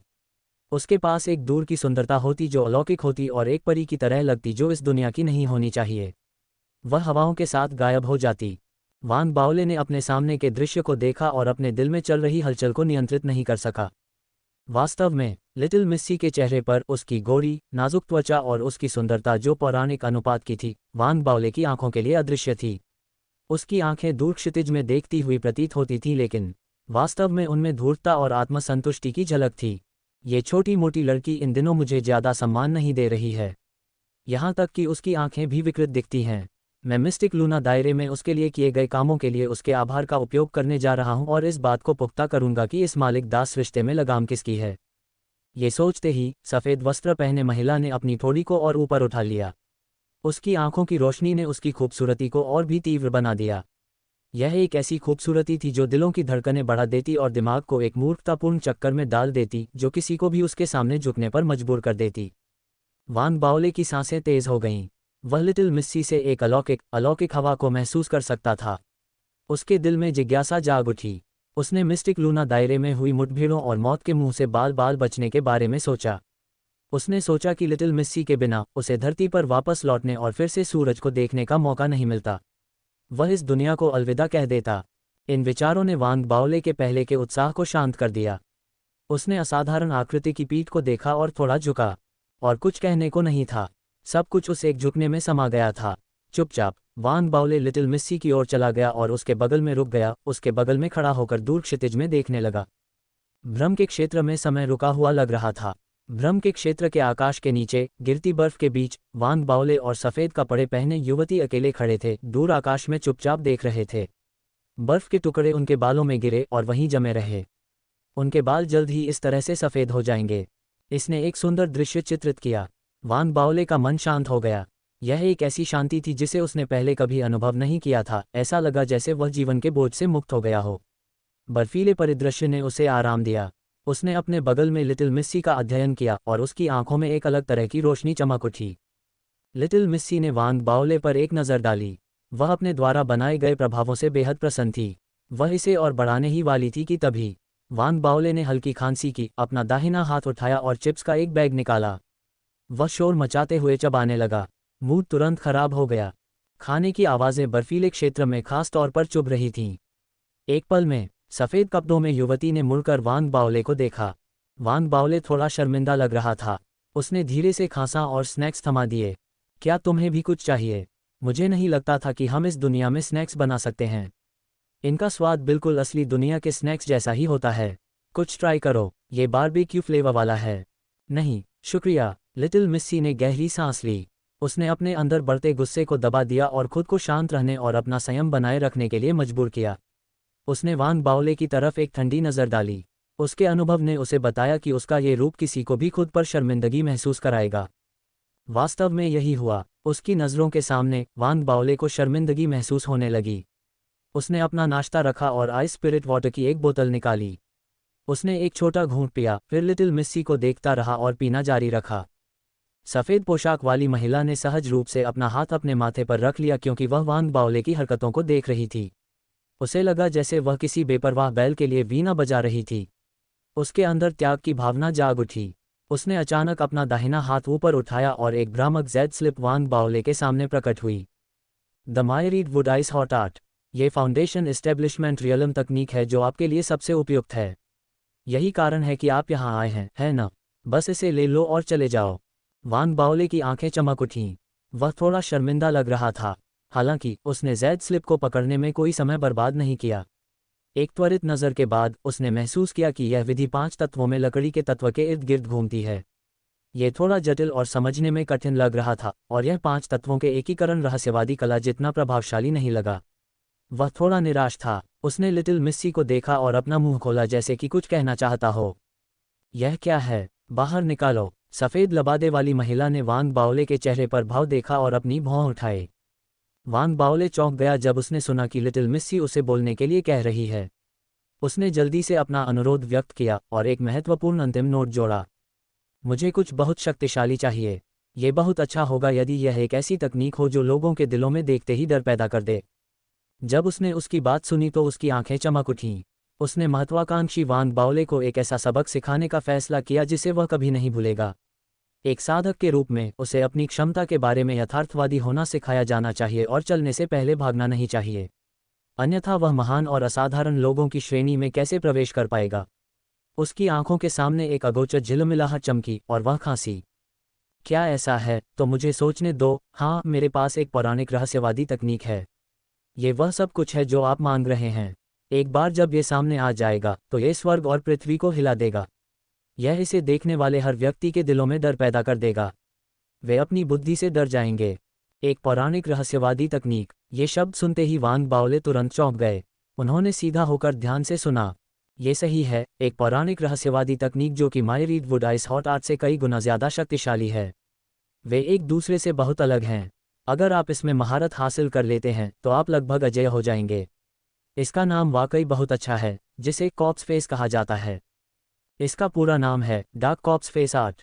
कैसा है? क्या ये वाकई शक्तिशाली नहीं लगता? उसने घूमकर वांग बाओले को प्रोत्साहन की रोशनी से चमकती आंखों से देखा।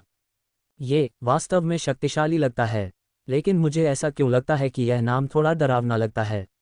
वांग बाओले एक पल के लिए स्तब्ध रह गए और फिर अपना सिर खुजाया। आपको ऐसा लग सकता है, लेकिन जब आपके दुश्मन इसे कार्रवाई में देखेंगे तो वे और भी ज्यादा डर जाएंगे, उसने दृढ़ता से कहा। उसकी आंखों में प्रोत्साहन की चमक और भी बढ़ गई और उसने उसके कंधे पर थपथपाया। ये समझ में आता है। वांग बाओले हकलाया। सफ़ेद वस्त्र वाली महिला ने उसे सोचने का समय नहीं दिया। उसने तुरंत विस्तार से बताया कि डार्क कॉप्स फेस आर्ट कैसे काम करता है। डार्क आर्ट में स्पिरिट क्यूई के भीतर पाया जाने वाला एक खास तरह का पदार्थ शामिल था। सफ़ेद वस्त्र वाली महिला ने वांग बाओले को समझाया कि स्पिरिट क्यूई के बारे में मानव जाति की समझ में अभी भी कमी है। भले ही आम साधक स्पिरिट क्यूई को छोड़ सकता है, लेकिन वह इसे पूरी तरह से अवशोषित नहीं कर सकता। हमेशा एक छोटा सा हिस्सा बना रहता है जो अवशोषण का विरोध करता है और मानव शरीर से स्वाभाविक रूप से बाहर निकल जाता है। पृथ्वी पर पाई जाने वाली सभी साधना तकनीकों में से 99% में साधना प्रक्रिया के दौरान ऐसे पदार्थ को बाहर निकालने की क्षमता थी। इस तरह से साधना बिना किसी बाधा के जारी रह सकती थी। वास्तव में निष्कासित पदार्थ का उपयोग साधना के लिए भी किया जा सकता था। इस तरह से तथाकथित डार्क आर्ट्स का जन्म हुआ, जहां से वह आई थी। स्पिरिट क्यूई में पाए जाने वाले निष्कासित पदार्थ को डार्क स्पिरिट क्यूई कहा जाता था। डार्क आर्ट का अभ्यास करने से व्यक्ति डार्क स्पिरिट क्यूई को अवशोषित कर सकता था, जिससे उसके शरीर के अंदर डार्क फायर की एक लौ बनती थी और ये लौ दुनिया की किसी भी चीज़ को जलाने में सक्षम थी। इसकी शक्ति इतनी महान थी कि इसे शब्दों में बयां नहीं किया जा सकता था। ये सामान्य स्पिरिट क्यूई के विपरीत और अधिक क्षमता वाली थी। यही कारण था कि एक हद तक यह अन्य सभी प्रकार की साधना को हरा सकती थी। डार्क आर्ट का अभ्यास करते समय व्यक्ति प्रारंभिक चरण के फाउंडेशन स्थापना क्षेत्र के दौरान अपने शरीर के अंदर डार्क फायर की एक लौ बना सकता था। फाउंडेशन स्थापना क्षेत्र के मध्य चरण तक पहुंचने के बाद डार्क फायर का एक और झोंका पैदा होगा। यदि कोई डार्क फायर का तीसरा झोंका उत्पन्न करने में सक्षम था, तो वह तीसरे फायर झोंके के निर्माण पर सवार होकर खुद को मध्य चरण से अंतिम चरण फाउंडेशन स्थापना क्षेत्र में ले जाने में सक्षम होगा। जब समय आएगा, डार्क फायर के 3 झोंके एक में विलीन हो जाएंगे और एक हानिकारक ज्वाला का निर्माण करेंगे। तब साधक सीधा फाउंडेशन स्थापना क्षेत्र में आगे बढ़ेगा। इस डार्क आर्ट को लाश का चेहरा भी कहा जाता था, क्योंकि यह तकनीक क्या करती थी, इसका नाम इसके प्रभावों के समान ही था। साधक अपने प्रतिद्वंद्वी के चेहरे पर पेंट करने के लिए डार्क फायर का उपयोग करेगा। पहले लाश की भौहें, फिर लाश की आंखें, उसके बाद नाक और होंठ, अंत में एक लाश का चेहरा बनाते हुए। एक बार लाश का चेहरा बन जाने के बाद ये फट जाएगा और सब कुछ नष्ट कर देगा।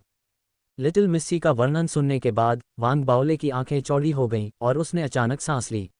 उसे अपनी रीढ़ की हड्डी में ठंडक महसूस हुई, फिर उसके पूरे शरीर में फैल गई। ये डार्क कॉप्स फेस आर्ट बहुत ही अजीब था। ये है, वांग बाओले ने हिचकिचाहट दिखाई। उसे लग रहा था कि लिटिल मिस्सी उसे बेवकूफ़ बना रही है। जब उसने वांग बाओले की हिचकिचाहट देखी तो युवती की आंखों में प्रोत्साहन की चमक और भी बढ़ गई। वह डार्क आर्ट के प्रभावशाली होने के बारे में थोड़ी और बात करती रही। जब उसने देखा कि वांग बाओले अभी भी संदेह में है, तो वह गुस्से से भर गई। मुझे बताओ वांग बाओले, शुरू से लेकर आज तक जब तुम प्राचीन मार्शल क्षेत्र में थे, क्या मैंने तुम्हें कभी गलत रास्ते पर ले जाया है? वांग बाओले ने लिटिल मिस्सी के शब्दों के बारे में सोचा और तुरंत शर्म की भावना से भर गया। ये सच था, लिटिल मिस्सी ने शुरू से ही उसके साथ अच्छा व्यवहार किया था। उसने कभी उसे झूठ नहीं बोला था। मैं इसे सीखूंगा। छोटी मिस्सी सही है, तुमने मुझसे कभी झूठ नहीं बोला। वांग बाओले ने दृढ़ता से सिर हिलाया। सफ़ेद पोशाक वाली युवती यह सुनकर बेहद खुश हुई। फिर किसी अज्ञात कारण से वह निराश होने लगी। उसे याद नहीं आ रहा था कि उसने कितनी बार वांग बाओले को मूर्ख बनाया था। हर बार वह उसे खुद को मूर्ख बनाते हुए देखने के लिए तैयार थी, लेकिन हर बार मोटा आदमी उसकी उम्मीदों से बढ़कर करने में सक्षम था। उसे नहीं पता था कि यह उसके खून में कुछ था या कुछ और। वह लगभग खुद पर शक करने लगी थी। हालांकि इस बार गोल्डन बॉडी जैसा कुछ नहीं होगा। ये पौराणिक निषिद्ध रहस्यवादी तकनीक है। मैंने तब भी असंख्य लकड़ी बर्फ दिल कला को नीचा समझा था और इसका अभ्यास नहीं करना चाहता था। इस तरह मेरी माँ ने मुझे सबक सिखाया और मुझे चीज़ों की वास्तविकता दिखाए। इस तरह मैं शक्तिशाली और असाधारण लोगों की श्रेणी में शामिल हो गया। यहाँ तक कि मैं डार्क आर्ट में महारत हासिल करने में भी कामयाब नहीं हुआ। मैं इसे सीखने की कोशिश में कितनी कठिनाइयों से गुजरा हूँ, इसका जिक्र करना तो दूर की बात है। आखिरकार मैं किसी और को तकलीफ में देखूंगा। मुझे नहीं लगता कि वह इसमें महारत हासिल कर पाएगा। वांग बाओले ने लिटिल मिस्सी में अपने विश्वास और डार्क कॉप्स फेस आर्ट के लिए बड़ी उम्मीदों के साथ मतिभ्रम क्षेत्र छोड़ दिया। उसने तुरंत गुफा निवास में अभ्यास करना शुरू कर दिया। हालांकि चाहे उसने अपने आसपास की स्पिरिट क्यूई में डार्क स्पिरिट क्यूई को महसूस करने की कितनी भी कोशिश की हो, वह इसका कोई मतलब नहीं निकाल पाया। उसे विश्वास नहीं हुआ कि वह ऐसा नहीं कर सकता और उसने अध्ययन में और अधिक प्रयास किया। उसी समय उसने लाइटनिंग दाओ फर्स्ट वॉल्यूम की खेती भी शुरू कर दी। अगर पहले से ही तुलना के लिए कोई आधार नहीं होता तो उसे एहसास नहीं होता कि डार्क आर्ट कितनी मुश्किल थी। लाइटनिंग दाओ फर्स्ट वॉल्यूम एक रहस्यमय रहस्यवादी तकनीक थी। ये स्पष्ट रूप से सीखने और महारत हासिल करने के लिए एक चुनौतीपूर्ण तकनीक थी। अगर ऐसा नहीं होता तो इथरियल दाओ कॉलेज अपने अभ्यासकर्ताओं को पूरी तरह से बरकरार आर्टिफैक्ट से बने फाउंडेशन एस्टेब्लिशमेंट कोर वाले लोगों तक सीमित नहीं रखता। हालांकि डार्क आर्ट से तुलना करने पर वांग बाओले को यह एहसास हुआ कि लाइटनिंग दाओ फर्स्ट वॉल्यूम डार्क आर्ट से कहीं ज़्यादा सरल था। दूसरे लोग हैरान हो जाते अगर उन्हें पता होता कि वह ऐसा महसूस कर रहा था। एक अलग संदर्भ बिंदु के साथ एक अलग दृष्टिकोण आया। समय लगातार बीतता गया। जल्द ही 1 महीना बीत गया। उस महीने में वह ट्रू ब्रीथ क्षेत्र से फाउंडेशन स्थापना क्षेत्र में पहुंच गया था। उसका साधना स्तर धार्मिक आयुध मंडप में एक उपमंडप प्रमुख के लिए आवश्यक साधना स्तर से अधिक हो गया था। अब उसके लिए धार्मिक आयुध मंडप में अपने वर्तमान पद पर बने रहना उचित नहीं था। 4 दाव महाविद्यालयों में संगठनात्मक संरचना अन्य राजनीतिक संस्थाओं से थोड़ी अलग थी। उदाहरण के लिए धार्मिक आयुध मंडप के उपमंडप प्रमुख के रूप में उनका पद। यदि ये किसी अन्य राजनीतिक प्रतिष्ठान में एक समान पद होता तो ये भूमिका निभाने के लिए ट्रू ब्रीथ क्षेत्र के साधक के लिए नहीं होता। कम से कम ये पद फाउंडेशन स्थापना क्षेत्र के साधक को मिलता। हालांकि 4 दाव कॉलेज अलग अलग थे। परंपरा के अनुसार फाउंडेशन स्थापना क्षेत्र में पहुंचने वाले सभी शिष्यों को संघ में शामिल होना पड़ता। वे विभिन्न सरकारी विभागों में प्रशिक्षण लेंगे और अपनी साधना जारी रखेंगे। यही कारण है कि एक ट्रू ब्रीथ क्षेत्र साधक दाव कॉलेज में डिप्टी पवेलियन हेड का पद संभाल सकता था। उसी महीने में चेन यूटोंग ने डिप्टी पवेलियन हेड के रूप में अपनी भूमिका पहले ही छोड़ दी थी और फेडरेशन कैपिटल में पदभार ग्रहण कर लिया था। उनके डिप्टी पवेलियन हेड पद ने उनके अगले पद पर पदोन्नति की नींव रखी थी, जो हाल ही में फाउंडेशन स्थापना क्षेत्र में पहुंचने वाले अन्य साधकों की तुलना में उच्च दर्जे का था। सबसे हालिया मिस्टिक लूना क्षेत्र प्रकरण में फाउंडेशन स्थापना क्षेत्र में पहुंचने वाले अन्य शिष्यों को भी उसी महीने उनके स्थानांतरण आदेश मिले थे। वे अलग अलग रास्ते पर चले गए थे और फाउंडेशन स्थापना क्षेत्र में पहुंचने के बाद अपनी तैनाती और जीवन शुरू कर दिया था। लू जिहाओ के मामले में भी यही हुआ, उसे वीनस में स्थानांतरित कर दिया गया था। वह जाने से पहले वांग बाओले को चेतावनी देना चाहता था ताकि वांग बाओले को पता चल जाए कि वे सभी अब फाउंडेशन स्थापना क्षेत्र के साधक हैं। वह चाहता था कि वांग बाओले जब भी उसे देखे तो उसे अपना बेटा कहना बंद कर दे। हालांकि उसे चंद्रमा पर वांग बाओले द्वारा किए गए हिंसक और क्रूर कृत्यों की श्रृंखला याद आ गई और उसने वांग बाओले को नाराज करने का जोखिम नहीं उठाने का फैसला किया। सुरक्षा के पक्ष में गलती करना उसके सिद्धांतों के खिलाफ नहीं होगा। झुओ यीफान ने जाने का विकल्प नहीं चुना। उसने कॉलेज में ही रहने का फैसला किया और उसे कॉम्बैट पवेलियन का पवेलियन हेड बनाया गया। भले ही उसकी साधना फाउंडेशन स्थापना क्षेत्र तक पहुंच गई थी, लेकिन कॉम्बैट पवेलियन एक अनोखी जगह थी। पवेलियन हेड के रूप में फाउंडेशन स्थापना क्षेत्र के साधक का होना कोई वर्जित बात नहीं थी। जहाओ यामिंग के लिए वांग बाओले ने अपने अनुमान लगाए। उसका पारिवारिक पृष्ठभूमि बहुत प्रभावशाली रहा होगा, तभी उसका घर फेडरेशन की राजधानी में था। जब वह विदाई लेने आए और उसे बताया कि वह राजधानी शहर में एक कार्यालय के लिए जा रही है तो उसे आश्चर्य नहीं हुआ। उसने उसे कसकर गले लगाया, फिर बोला, ठीक उसी समय जब वह अपनी आंखें सिकुड़कर कुछ कहने वाली थी, यामिंग, अपना ख्याल रखना। अगर कोई तुम्हें परेशान करे तो मुझे बताना। हम सभी पुरुष देवताओं के समाज का हिस्सा हैं और एक दूसरे के भाई हैं। झाओ यामिंग ने वांग बाओले की बात सुनी और उसे एक गहरी, अथाह नज़र से देखा। फिर वह धीरे से मुस्कुराए और चली गई। पूरे महीने में वान बाओले ने कई लोगों को विदा किया, लेकिन उनके लिए स्थानांतरण आदेश नहीं आए। वान बाओले को यह आश्चर्यजनक लगा। क्या इसलिए कि उन्हें यकीन नहीं है कि मुझे कहाँ रखा जाए? यह अच्छी खबर है, मुझे आश्चर्य हो सकता है। वान बाओले इस विचार से उत्साहित हो गए। उनका मन बन्नी को खोजने का था, लेकिन उन्हें पता चला कि वह अभी भी एकांत में है। इससे वह थोड़ा उदास हो गए। वह अल्कमी पवेलियन के बाहर खड़े होकर घूरते रहे और आहें भरते रहे। एकांत से बाहर आने के बाद बन्नी बूढ़ी बन्नी तो नहीं बन जाएगी, है न? अल्कमी पवेलियन दो प्रेमियों के बीच दरार डालने की कोशिश कर रहा है। बन्नी, मेरी माँ ने मुझे मैचमेकिंग सेशन के लिए जाने के लिए मजबूर किया। मैंने तुम्हारे लिए उन सभी को ठुकरा दिया। निराश होकर वान बाओले को डूमिन की याद आई। फिर उन्हें पता चला कि डूमिन कुछ अन्य कॉम्बैट पवेलियन शिष्यों के साथ एक मिशन पर कॉलेज छोड़कर चली गई थी। मन से ऊबकर वान बाओले अपनी साधना में वापस चला गया। उसने अपने पहले से खर्च किए गए अद्भुत खजानों के भंडार को भी तैयार करना और जमा करना शुरू कर दिया। उसका बाकी समय एकांत में दो रहस्यवादी तकनीकों का अभ्यास करते हुए बीता। उसने एक योजना बनाई थी। लाइटनिंग दाव फर्स्ट वॉल्यूम उसे अपने शरीर के अंदर पहला बिजली का बोल्ट बनाने की अनुमति देगा, और डार्क आर्ट उसे एक बार महारत हासिल करने के बाद डार्क फायर देगा। जब वह अभी भी फाउंडेशन एस्टेब्लिशमेंट क्षेत्र में था, तब दोनों रहस्यवादी कलाएं उसकी युद्ध कौशल को बढ़ाएंगी और उसका हरा कमल उसकी शारीरिक क्षमताओं को और बढ़ाएगा। वह खुद को पहले से ही काफी शक्तिशाली समझता था। एक और महीना बीत गया और वान बाओले के स्थानांतरण आदेश अभी भी नहीं आए थे। वह चिंतित महसूस करने लगा था। उसने बहुत देर तक सोचा और फैसला किया कि वह एक और महीने तक इंतजार करेगा। अगर तब भी स्थानांतरण आदेश नहीं आए, तो वह उत्तर के लिए संप्रदाय के भगवान की तलाश करेगा। अब तक कॉलेज के अधिकांश परिचित चेहरे जा चुके थे। धार्मिक आयुध मंडप में कई लोग थे जो उसके साथ सभ्य और सम्मानपूर्वक व्यवहार करते रहे, लेकिन ये सब निरर्थक लगा। सौभाग्य से उसके साथ अभी भी लियू दाओबिन था। इससे वान बाओले को थोड़ा बेहतर महसूस हुआ। उसने सोचा कि उसे जल्द ही कैसे तैनात किया जाएगा। अपने स्थानांतरण आदेश की प्रतीक्षा करते हुए शेष समय में वान बाओले ने पदोन्नति और उन्नति की योजनाएं बनाना शुरू कर दिया। उसने लियू दाओबिन और अन्य अधीनस्थों के लिए व्यवस्था की जो निचले अकादमी द्वीप से उसके पीछे आए थे। लियू दाओबिन ने विशेष रूप से आयुध सैनिक मूल्यांकन पास किया था, जबकि वान बाओले मिस्टिक लूना दायरे में साधना कर रहे थे। उन्हें कॉलेज प्रशासनिक विभाग का प्रभारी व्यक्ति बनाया गया था। अन्य लोगों को भी उनके संबंधित कार्यालय सौंपे गए थे। वे चेन यूटोंग के अधीनस्थों के साथ मिलकर काम करेंगे ताकि यह सुनिश्चित हो सके कि चेन यूटोंग और वान बाओले के चले जाने के बाद भी धार्मिक आयुध मंडप उनके नियंत्रण में रहे। वान बाओले ने लाइटनिंग डोमेन की यात्रा भी की। उसने बिजली के धमाकों को सहन किया और बिजली के हमलों के अंतिम 2 मुकाबलों को पार कर लिया, जिसके लिए उसे अंतिम 2 रहस्यवादी तकनीकों से पुरस्कृत किया गया। उसने बिजली के क्षेत्र से रहस्यवादी तकनीकों का पूरा सेट प्राप्त किया और अब वह विद्युत चुंबकीय पल्स का उपयोग करने में सक्षम था। उसने महसूस किया कि अगर वह बिजली के क्षेत्र के अंदर बिजली के दाव पहले खंड का अभ्यास करता है तो उसे बेहतर प्रभाव मिलेगा। नतीजतन उसने अपना अधिकांश शेष समय वहीं बिताया। वान बाओले ने आखिरकार अपना पहला बिजली का ताबीज प्राप्त किया और इसे अपने दाहिने पैर पर टैटू बनवाया। वह अपने दाहिने पैर के अंदर बिजली के बोल्ट की स्पंदन शक्ति को महसूस कर सकता था। उसने अभी भी डार्क आर्ट के साथ कोई प्रगति नहीं की थी, लेकिन तब तक उसके स्थानांतरण आदेश आखिरकार आ गए थे। संप्रदाय के भगवान ने उसे स्काईपाथ आइलैंड में बुलाया और व्यक्तिगत रूप से उससे मुलाकात की।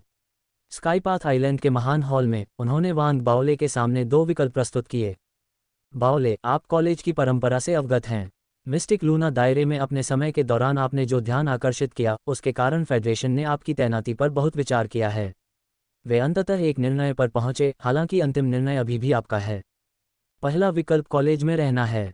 आप धार्मिक आयुध मंडप के मंडप प्रमुख बन जाएंगे और आपको प्राथमिक रैंक 5 नोबल मिलेगा। एक सच्चे श्वास क्षेत्र मंडप प्रमुख को एक महान उपाधि नहीं दी जाती है। केवल फाउंडेशन स्थापना क्षेत्र साधक ही एक महान उपाधि के हकदार हैं। दूसरा विकल्प मार्टियन कॉलोनी में पदभार ग्रहण करना है। आपके आने के बाद मार्टियन कॉलोनी के गवर्नर द्वारा सटीक पद का निर्णय लिया जाएगा। चिंता न करें, आपको एक ऐसा पद मिलेगा जो प्राथमिक रैंक 5 नोबल के लिए उपयुक्त है।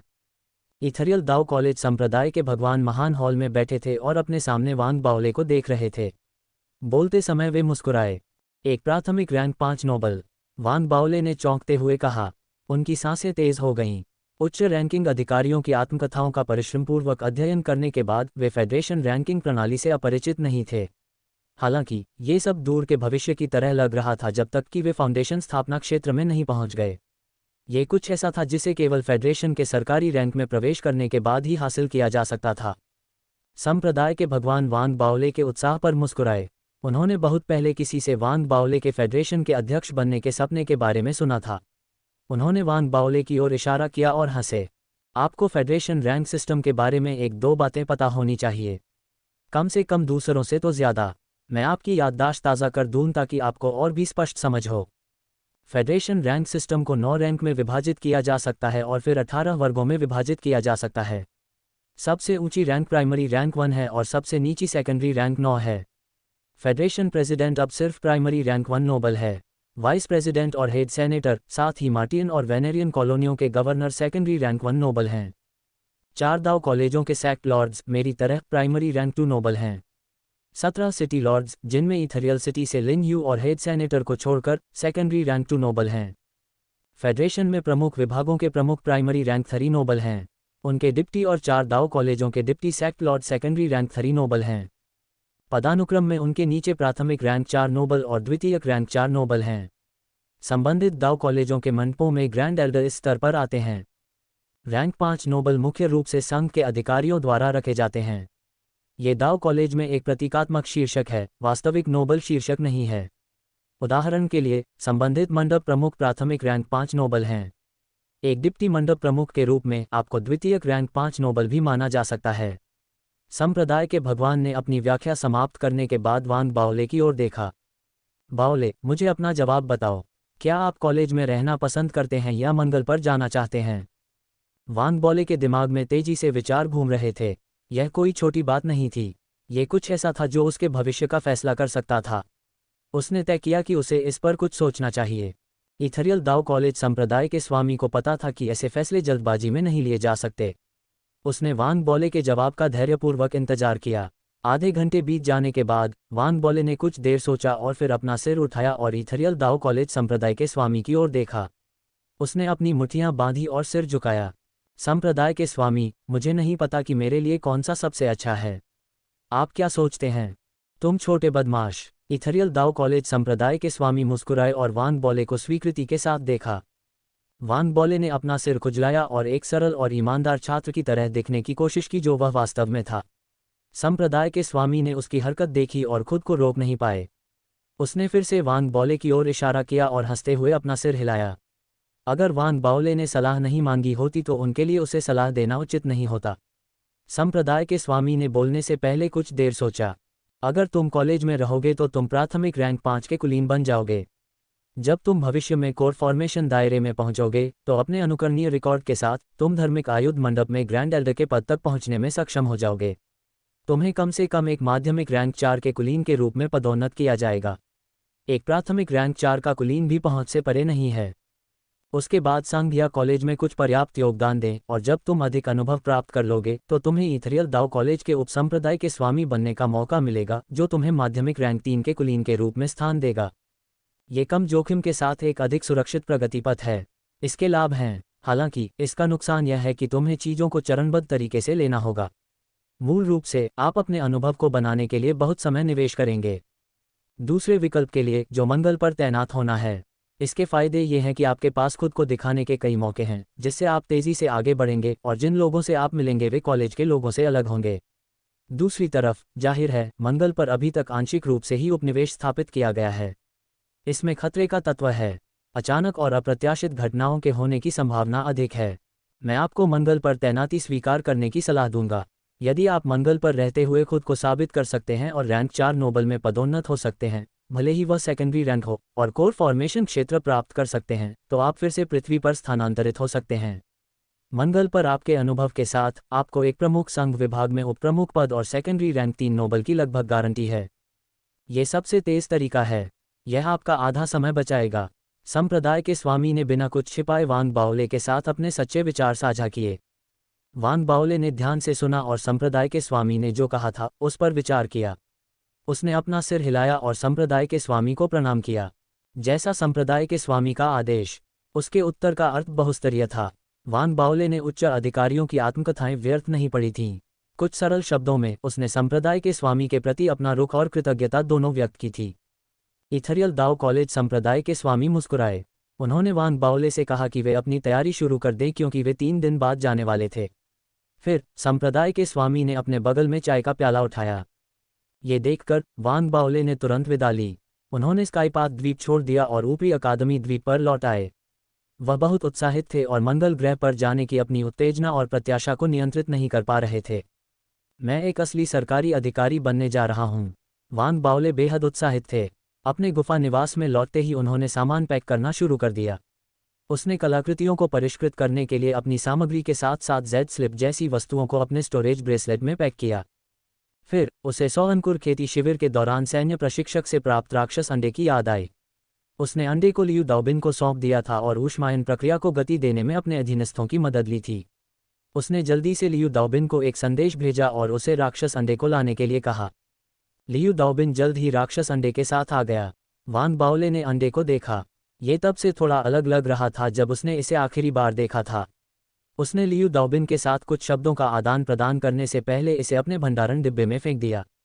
लियू दाओबिन होशियार था। वह बता सकता था कि वांग बाओले जा रहा है। आगे पूछताछ करने के बाद उसने वांग बाओले की चापलूसी करना शुरू कर दिया और उसे बधाई और तारीफों से भर दिया। वांग बाओले 7वें आसमान पर था और वह लगातार मुस्कुराता और हंसता रहा। एक पल के बाद उसने खांसते हुए अपना चाय का प्याला उठाया। लियू दाओबिन को संदेश समझ में आ गया और वह चला गया। वांग बाओले ने चाय का प्याला नीचे रख दिया। वह अपने गुफा निवास और इथरियल दाओ कॉलेज को देखता रहा जिसमें वह कुछ सालों से बड़े प्यार से रह रहा था। वह भावनाओं से अभिभूत था। उसे लगा कि पिछले कुछ साल बहुत जल्दी बीत गए हैं। अभी कुछ पल पहले वह कॉलेज जाने वाले क्रूजर पर चिकन ड्रमस्टिक में लिपटा एक सुंदर मोटा आदमी था। फिर पलक झपकते ही वह संघ में एक प्रमुख व्यक्ति बन गया जो मंगल ग्रह की ओर जाने वाला था। बेशक कुछ और था जो सबसे महत्वपूर्ण था। वांग बाओले आईने के सामने खड़ा होकर देखता रहा। वह अपने प्रतिबिंब में खोया हुआ था। मैंने अपना वजन घटा लिया है और मैं और भी ज्यादा सुंदर हो गया हूँ। कोई आश्चर्य नहीं कि माँ मैचमेकिंग सेशन की व्यवस्था करना चाहती थी। अगर कभी मेरा बेटा हुआ जो उतना ही सुंदर होगा तो मैं उसके लिए भी मैचमेकिंग करना चाहूँगा। दूसरे लोगों की बेटियों को उसके लिए पागल होने दो। वांग बाओले ने खुशी से अपना पेट थपथपाया। हाल ही में उसका आकार फिर से बढ़ गया था और मांस हिलने लगा था। वह और भी ज्यादा खुश हो गया। जब मैं अपना पेट थपथपाता हूँ तब भी मैं बहुत अच्छा दिखता हूँ।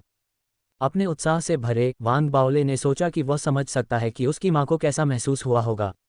उसने फैसला किया, जब भविष्य में मेरा बेटा होगा तो मैं उसका नाम हैंडसम वांग रखूंगा। जब दूसरे लोग मुझे देखेंगे तो वे कहेंगे, अरे ये हैंडसम वांग का सुंदर पिता है। वांग बाओले जोर से हंस पड़े। उन्हें लगा कि यह एक बढ़िया विचार है। वह अपनी यात्रा का बेसब्री से इंतजार करने लगे। पहले वांग बाओले को 3 दिन बहुत कम लगते थे। अब जब वह प्रतीक्षा कर रहा था तो उसे धीरे धीरे चलने का समय मिल गया। आखिरकार प्रस्थान का दिन आ गया। वांग बाओले ने दिन में ही अपनी तैयारियां पूरी कर ली थीं, इसलिए वह बंदरगाह की ओर दौड़ पड़ा। उसे मंगल ग्रह पर ले जाने के लिए एक अंतरिक्ष क्रूजर विशेष रूप से नियुक्त किया गया था। ये पहले से ही बंदरगाह पर प्रतीक्षा कर रहा था और उड़ान भरने के लिए तैयार था। संप्रदाय के स्वामी उसे व्यक्तिगत रूप से विदा करने के लिए वहां मौजूद थे। लियू दाओबिन और कुछ अन्य परिचित चेहरे, साथ ही ऊपरी अकादमी द्वीप के कई अन्य अपरिचित चेहरे जो वांग बाओले को बहुत अच्छी तरह से नहीं जानते थे लेकिन उनके विभिन्न कारनामों और अत्यधिक हिंसा के कारनामों के बारे में सुन चुके थे, भी वहां मौजूद थे। वांग बाओले क्रूजर पर चढ़े, फिर मुने और अलविदा कहा। अलविदा सभी, मैं मंगल ग्रह पर आपका इंतजार करूंगा। वांग बाओले ने उत्साह से चिल्लाया क्योंकि क्रूजर के इंजन चालू हो गए थे। जैसे ही यह धीरे धीरे हवा में ऊपर उठा, उसने दाव वस्त्र पहने एक युवती को अल्कमी पवेलियन की पर्वत चोटी की ओर भागते हुए देखा। वह उसके सबसे ऊंचे स्थान पर खड़ी थी और उसे पागलों की तरह हाथ हिला रही थी। वह चिल्लाती हुई लग रही थी, भाई बाओले। एक नज़र में वांग बाओले ने तुरंत पहचान लिया कि वह बनी है, जिसे उसने पहले भी खोजा था, लेकिन वह अभी भी एकांत में था। बनी। वांग बाओले बहुत खुश था। हालांकि क्रूजर पहले से ही उड़ान भर रहा था, इसलिए वह अपने नीचे पहाड़ की चोटी की ओर अपनी पूरी ताकत से चिल्ला सकता था जहां बनी खड़ी थी। बनी, मेरे वापस आने का इंतजार करो। हमेशा एकांत में मत रहो। मुझे डर है कि अगली बार जब मैं तुम्हें देखूंगा तो तुम एक बूढ़े बन्नी हो जाओगे। जैसे ही उसकी आवाज़ गूंजी, क्रूजर इंजन से अचानक गर्जना हुई। क्रूजर आसमान में उड़ गया। इसने आसमान में लहरें पैदा की और सीधे सितारों की ओर बढ़ गया। यह ऊपरी अकादमी द्वीप पर भीड़ को पीछे छोड़ गया जो इसे तेजी से भागते हुए देख रहे थे। उनकी आंखों में असंख्य भावनाएं थीं।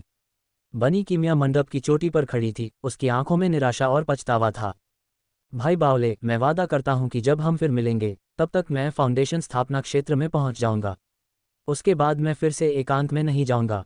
वान बाओले का दिल भी पछतावे से भर गया था। उसे भी बनी की याद आ रही थी। ये दुर्भाग्यपूर्ण था कि वे फिर से एक दूसरे से चूक गए, लेकिन उनके सामने अभी भी एक लंबा भविष्य और ढेरों मौके थे। क्रूजर पर सवार वान बाओले ने अपने नीचे की भूमि को देखा, जो धीरे धीरे घुमावदार होकर एक गोल ग्रह पृथ्वी में बदल गई। उसने तब तक घूरना बंद नहीं किया जब तक कि क्रूजर अंतरिक्ष में प्रवेश नहीं कर गया। तभी उसने अपनी निगाहें हटा लीं और अपने पैरों को क्रॉस लेग स्थिति में मोड़ लिया। मंगल की उसकी यात्रा शुरू हो गई थी। यह एक उबाऊ यात्रा थी। बीच बीच में प्रकाश की किरणें और झिलमिलाती रोशनी दिखाई देती थी, लेकिन ज्यादातर समय दृश्य एक विशाल काला काला था। अगर यह पहली बार होता तो यह ताज़ा हो सकता था, लेकिन वान बाओले ने मिस्टिक लूना दायरे से वापस आते समय ऐसा ही बहुत कुछ देखा था। उसने अपनी 2 रहस्यवादी तकनीकों का अभ्यास करना शुरू कर दिया। वह पहले से ही लाइटनिंग दाव फर्स्ट वॉल्यूम के साथ कुछ प्रगति कर चुका था, इसलिए उसने अब डार्क आर्ट पर ध्यान केंद्रित करने का फैसला किया। अंतरिक्ष में प्राचीन हरे कांस्य तलवार के टुकड़े भी थे और इसलिए स्पिरिट क्यूई की कोई कमी नहीं थी। ये प्रचुर मात्रा में नहीं हो सकता है, लेकिन वान बाओले अभी भी इसे महसूस कर सकता था। अंतरिक्ष क्रूजर मंगल के पास लगातार पहुंच रहा था क्योंकि वह अपना अभ्यास जारी रखता था, अपने प्रयास जारी रखता था और बार बार असफल होता रहता था। अंतरिक्ष में समय बीतने का पता लगाना मुश्किल था। वान बाओले को डार्क आर्ट सीखने के अपने प्रयासों में बार बार असफलता का सामना करना पड़ा। वह निराश था। ये सौभाग्य की बात थी कि वे जल्द ही मंगल पर पहुंच रहे थे। कॉलोनी के पास पहुंचने से उनकी उदास भावनाएं और भी बढ़ गईं। लाल ग्रह जल्द ही नजर आने लगा। वान बाओले उत्साह से खड़े हो गए। अब उन्हें डार्क आर्ट सीखने में आने वाली चुनौतियों की चिंता नहीं थी। उनका ध्यान पूरी तरह से धूल भरे लाल ग्रह पर था जो उनके सामने था। ग्रह पृथ्वी से काफी छोटा था। सौरमंडल के 8 ग्रहों में से ये पृथ्वी से दूसरा सबसे नजदीकी ग्रह था। पहला शुक्र था। ये ग्रह मंगल था। अनेक उपग्रह मंगल के चारों ओर चक्कर लगा रहे थे और जब अंतरिक्ष क्रूजर मंगल के पास पहुंचा तो उन्होंने तुरंत उसका नियंत्रण अपने हाथ में ले लिया। उन्होंने क्रूजर की गति को धीमा नहीं किया, बल्कि उसे मंगल ग्रह के वायुमंडल की ओर दूसरी दिशा में मोड़ दिया। वान बाओले उत्साह से कांप उठे क्योंकि उन्होंने देखा कि क्रूजर लाल ग्रह के वायुमंडल से गुजरते हुए मंगल ग्रह पर दिखाई दे रहा था। वान बाओले की सांसें रुक गईं और वे क्रूजर के किनारे पर खड़े हो गए। एक नज़र में उसने धूल भरी लाल जमीन पर बैठे हुए एक तेजी से आगे बढ़ता हुआ, लगातार बड़ा होता हुआ, शानदार अनुपात और अपार भव्यता वाला शहर देखा। ये मंगल ग्रह पर एकमात्र कॉलोनी शहर था।